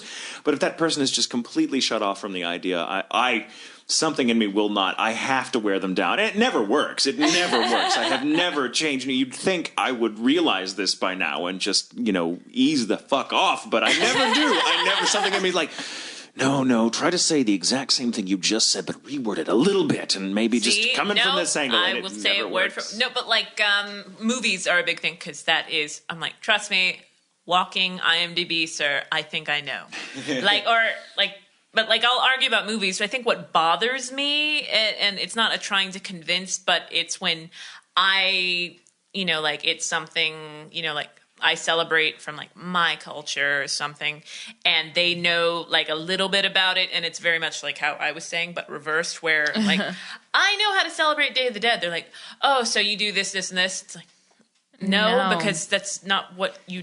Because you learned that in your Spanish class in high school. That was taught by the gym teacher, madam. Like shit like that. But even then, I'll just be like, you know what? Maybe you're from a part of the world that's relevant, but I'm pretty sure that place doesn't exist. But like, but like movies, like a friend of mine, she's like, no, that's Nev Campbell, and I'm like, that is not Nev Campbell. And she's like, no, it's Nev Campbell. I'm like, no, that's the chick that was in the Island of Dr. Monroe movie. She's like really weird. Like, Nev Campbell was in Scream. She's like, yeah, I know. And I'm like, no, you don't. That's not Nev Campbell. But yeah. So. I just get heated about like Shakespeare or. No, but me, Nev Campbell. Fuck. No. Like, there's two things. If you're ever in the room with me, and you may have witnessed this once or twice, and I know you have, but if ever I'm in a room with someone. Sorry. It's all right. And Shakespeare comes up. Mm-hmm. Shakespeare. And Shakespeare is one of several examples, but that's the most immediate one in my mind. I already can say I'd love to be in the room to witness this happening. This has happened. If someone has the audacity.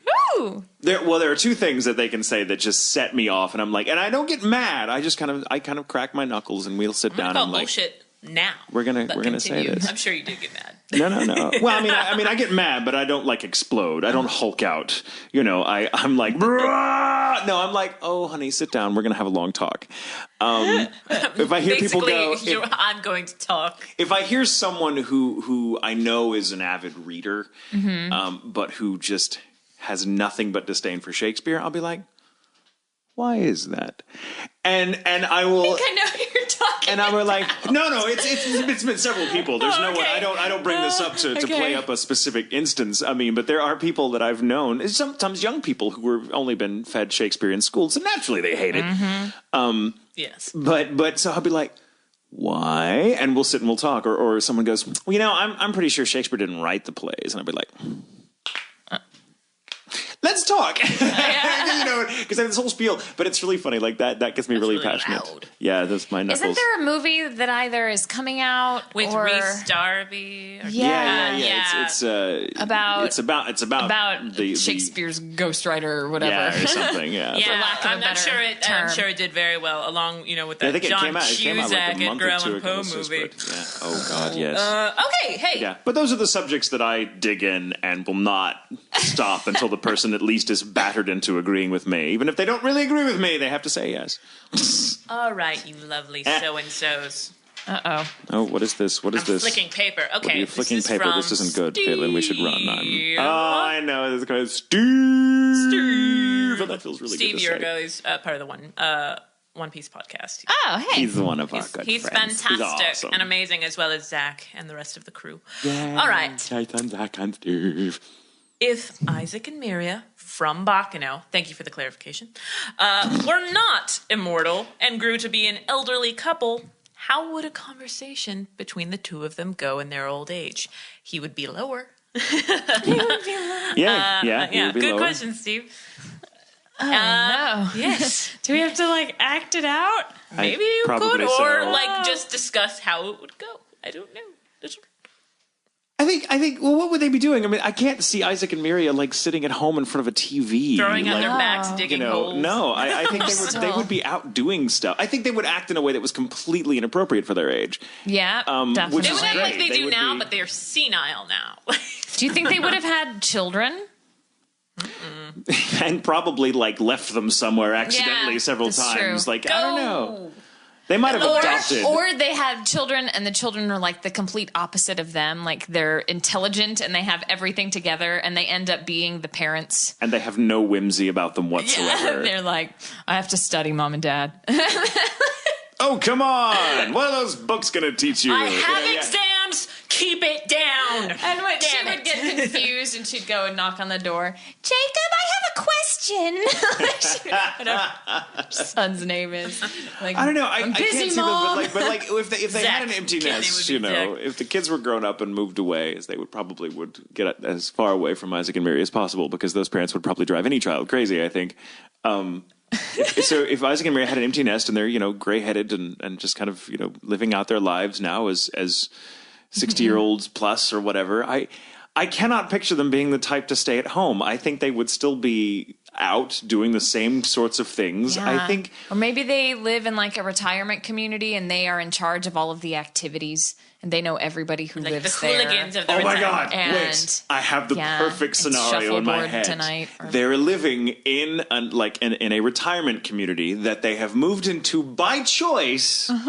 But since living there, have come to feel that they are trapped, and they spend every waking moment trying to get concoct out? some horrible Rube Goldberg method of escape, and taking everyone in the community with them. You're like, So, the staff's like most hated patients.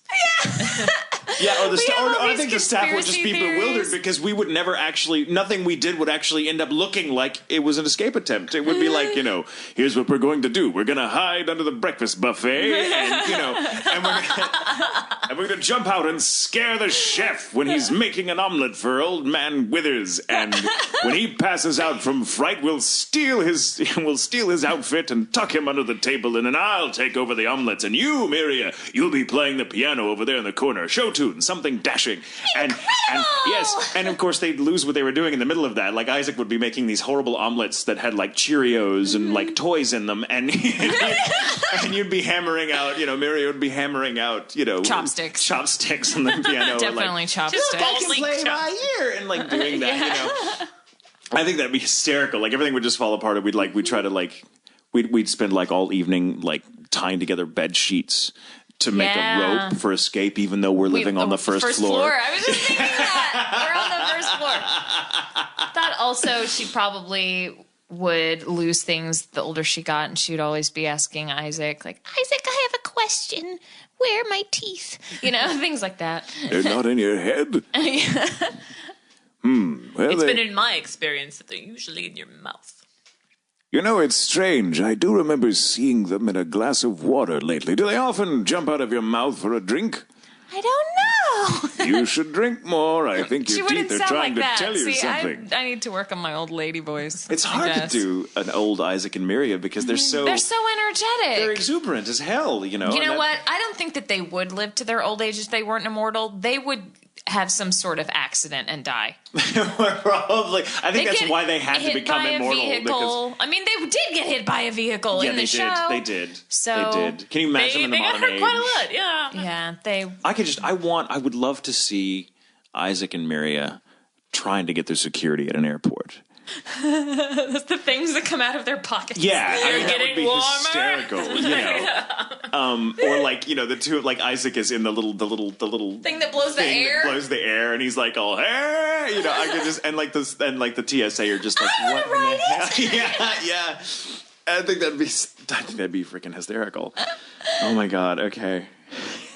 Good question, Steve. What do we got? This is a nice question. This is also Bacano related, and it's for all three of us. Oh. This comes from Rick. Hello, Rick. Hello, Rick. Hi, Rick. Our friend Rick. We love Rick. Okay, right. This question, I don't know why I shouldn't be doing that voice because this is a Bacano question. I'm doing Isaac and Sebastian. Yeah, it's like a weird Isaac Combo. Sebastian combo. That's a Sebastian. strain. Isaacson. Isaacson. Isaacson. All right. So this question is for all three of you and is Bacano theme since I recently finished watching it and it was awesome. Glad you liked it. Imagine, if you will, that you found Tyler Walker yourself did in a similar predicament to the immortals in Bacano. In what zany way would you have become immortal? How did you discover you were immortal? And what would you have done once you knew? Hopefully you guys have an answer for this. So out of character, just as us, if we suddenly learned were we immortal, like how would it have happened? Because clearly it would have had to happen by accident. Mm-hmm. This is a nice, bizarre question. I like that. And what would you do upon learning? I think I would... Oh, God. I don't know How would it happen to you? And we had to have had the elixir, obviously. Yeah. Like, how would we have ingested that? I know it's just because it's a funny little side note about me. I occasionally go in and do marketing research. Oh. That's how I would do it. There you go. Is just test the product. Nice. I don't care for it. Leave. And knowing my stubborn ass, I would probably, or not stubborn, clumsy, very clumsy.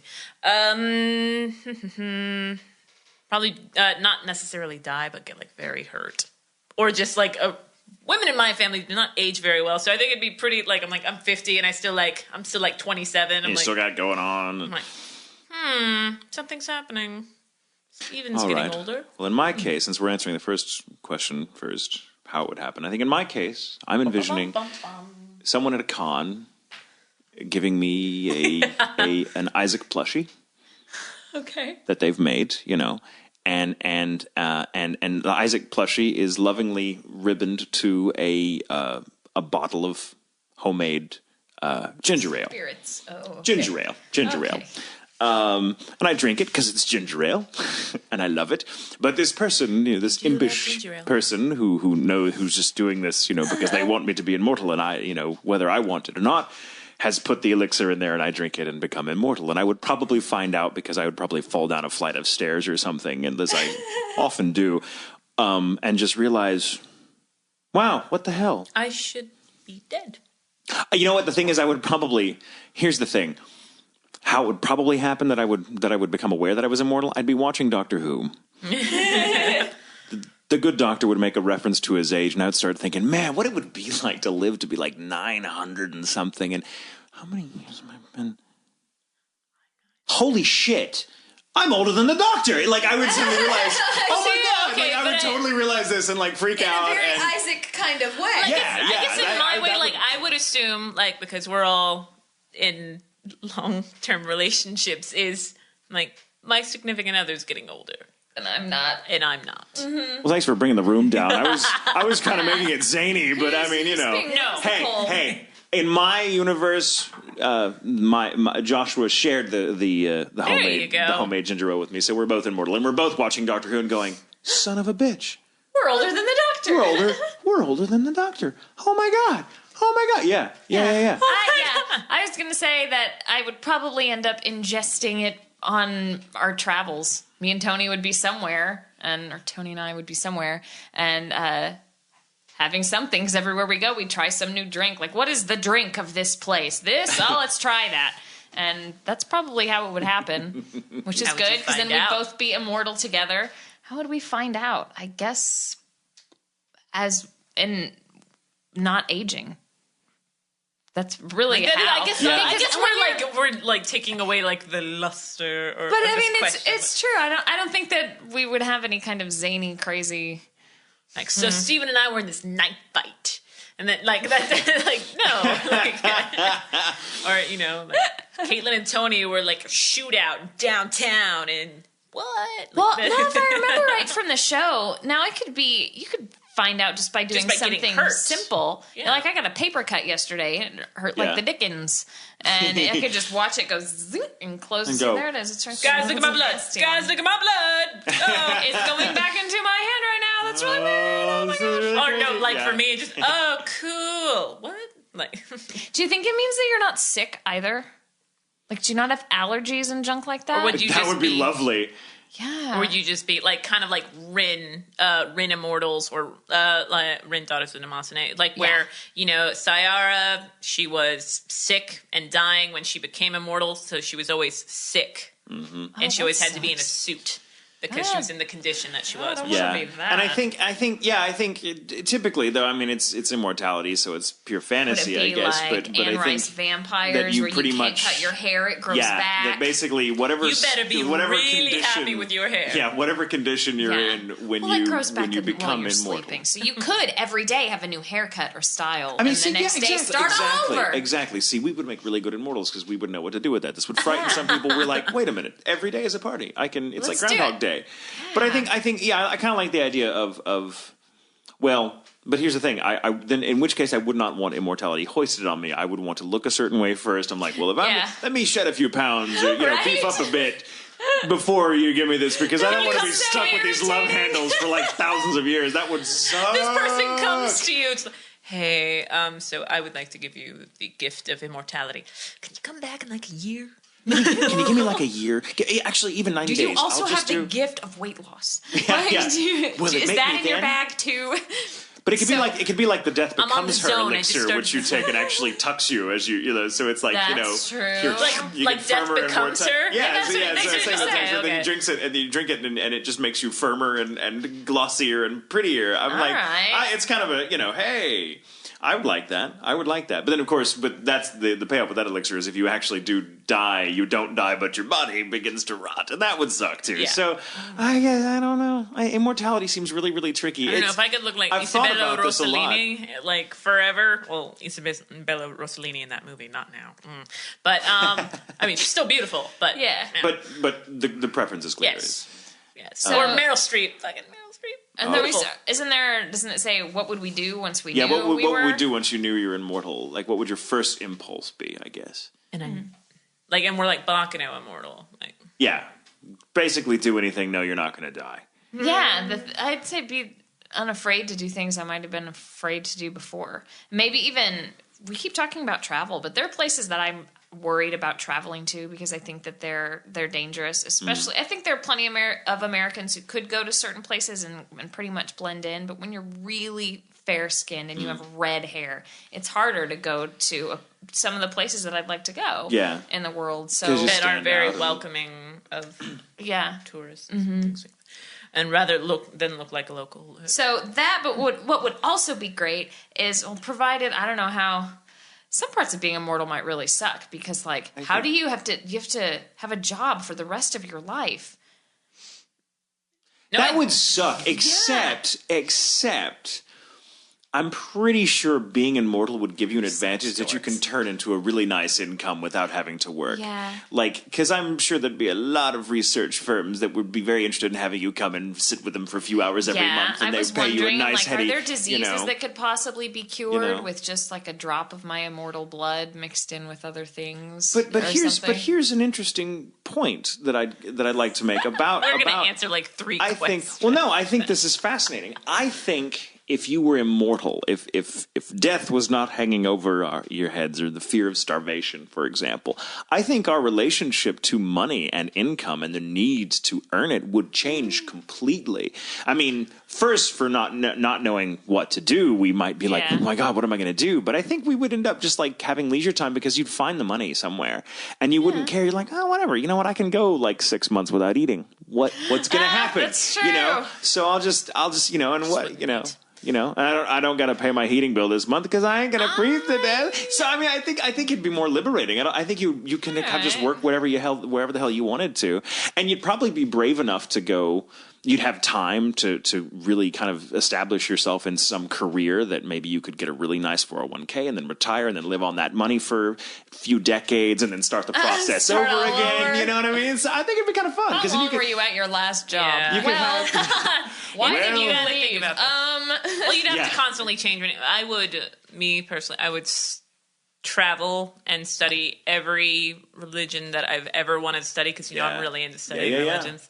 And different forms of the martial arts. Just cool. Amazing. That's what I would do. I would study everything. I would study languages. I would sit down to learn I would set about to learn every language that is currently spoken.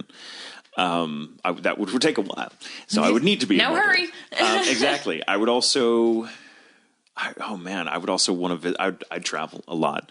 But I'd also, and this is very true, I think I would become a very social creature if that happened, if I had nothing but time. I think I would be like I think I would be a legendary host. Like, I would have the best parties.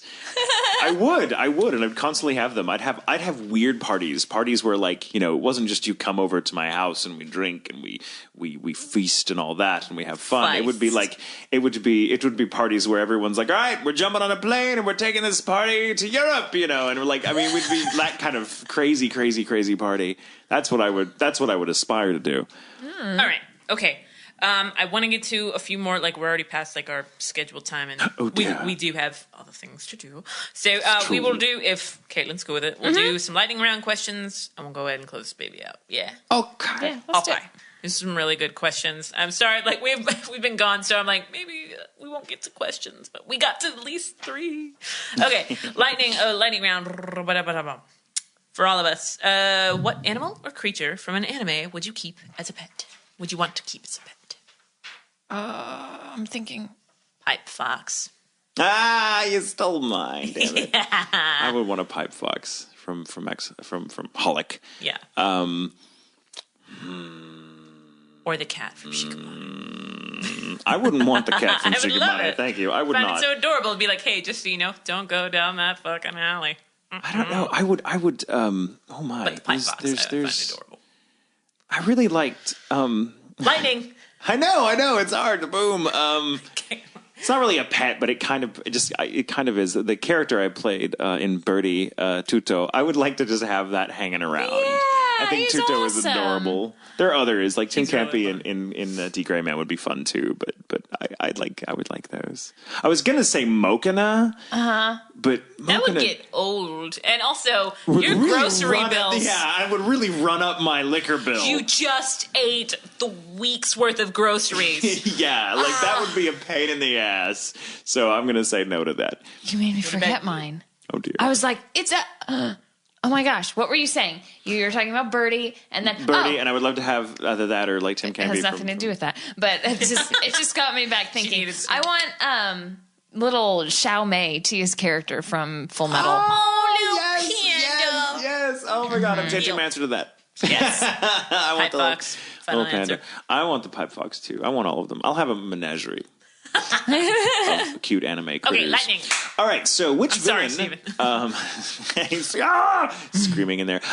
Okay, from Harriet, which villain would you have loved to have voiced from any of the Disney, Pixar, or DreamWorks films? Wow! I love this question because I've been kind of obsessing over Disney villains lately. You have. I have. I would love to have voiced Shere Khan from the Jungle Book. Oh, you would have been so perfect. That's great. Thank you. Ursula. Yeah. Ursula, really? Love her. Well, it's an octopus thing, but also she's a badass villain. Great like villain. she's of like the of the great. Disney Renaissance period. She's like the best Yeah. villain of them Yeah. all, and that's saying something because there's some good villains. Yeah. Well, not good, but grand. Yeah, I think maybe Cruella de Vil. I was hoping someone would say that because almost Cruella said- de Vil is I like my almost favorite said- Disney villain. So extreme. She's just so big, and she's Yes. The world was such a wholesome place until Cruella de Vil. All right. Miserable darling, perfectly wretched. Anita, darling. Clarence, this is a random question, and I love it. Then I'll just ask it real quick. Who at Funimation would you elect as president, and why? Who would I elect? Joel McDonald. I was gonna say that too. Joel McDonald. Joel McDonald. Joel. Joel for president. Do we have to say why? Did you say why? Why? Because it's Joel. Because Joel is awesome. This country would be awesome if Joel was in the Oval Office. Oh, dear God, would he be? All right, let's see. Everyone must wear sandals. This is from Sherry. What's your favorite curse? Not a cuss word. Curse, like a pox upon you, you gangrenous dingleberries, and all of your wretched simpleton spawn. I think that's my favorite now. So, okay, what's your favorite just curse?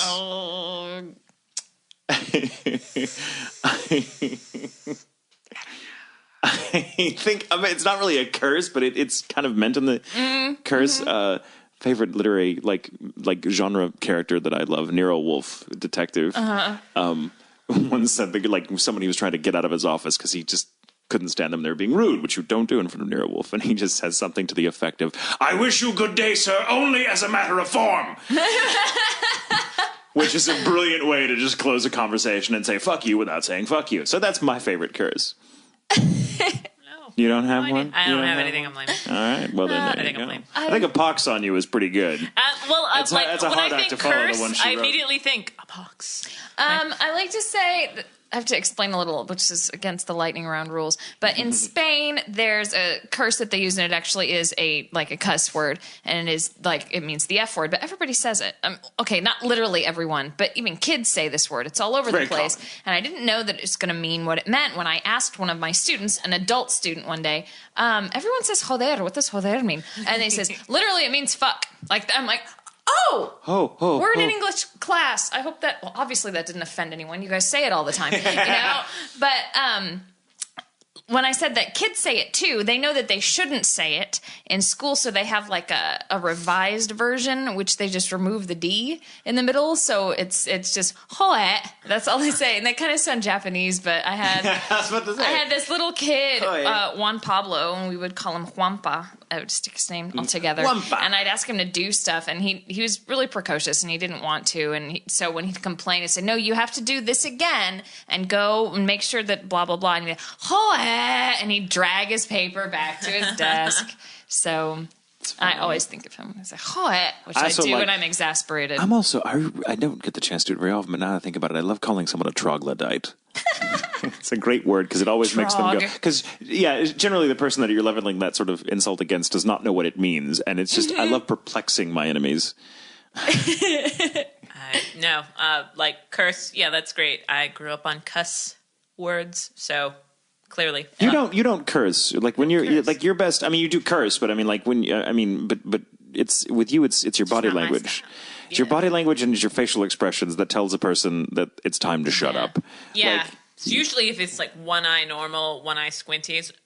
Really? It's like kind of that look that just says, "You proud of that? You proud about what you just did?" Okay. Yeah. Yeah. The mom look. What else we got? Is that it? No. That's pretty much it for the lightning round. And also, we've been chatting for a while. We got to start wrapping it up. I guess we got to wrap it up. Thank you for being Caitlin could go. Thank you for coming back uncensored. Yes, thank you. It was nice to have you. You're welcome. I think we covered a lot of ground. Adieu. Bye-bye.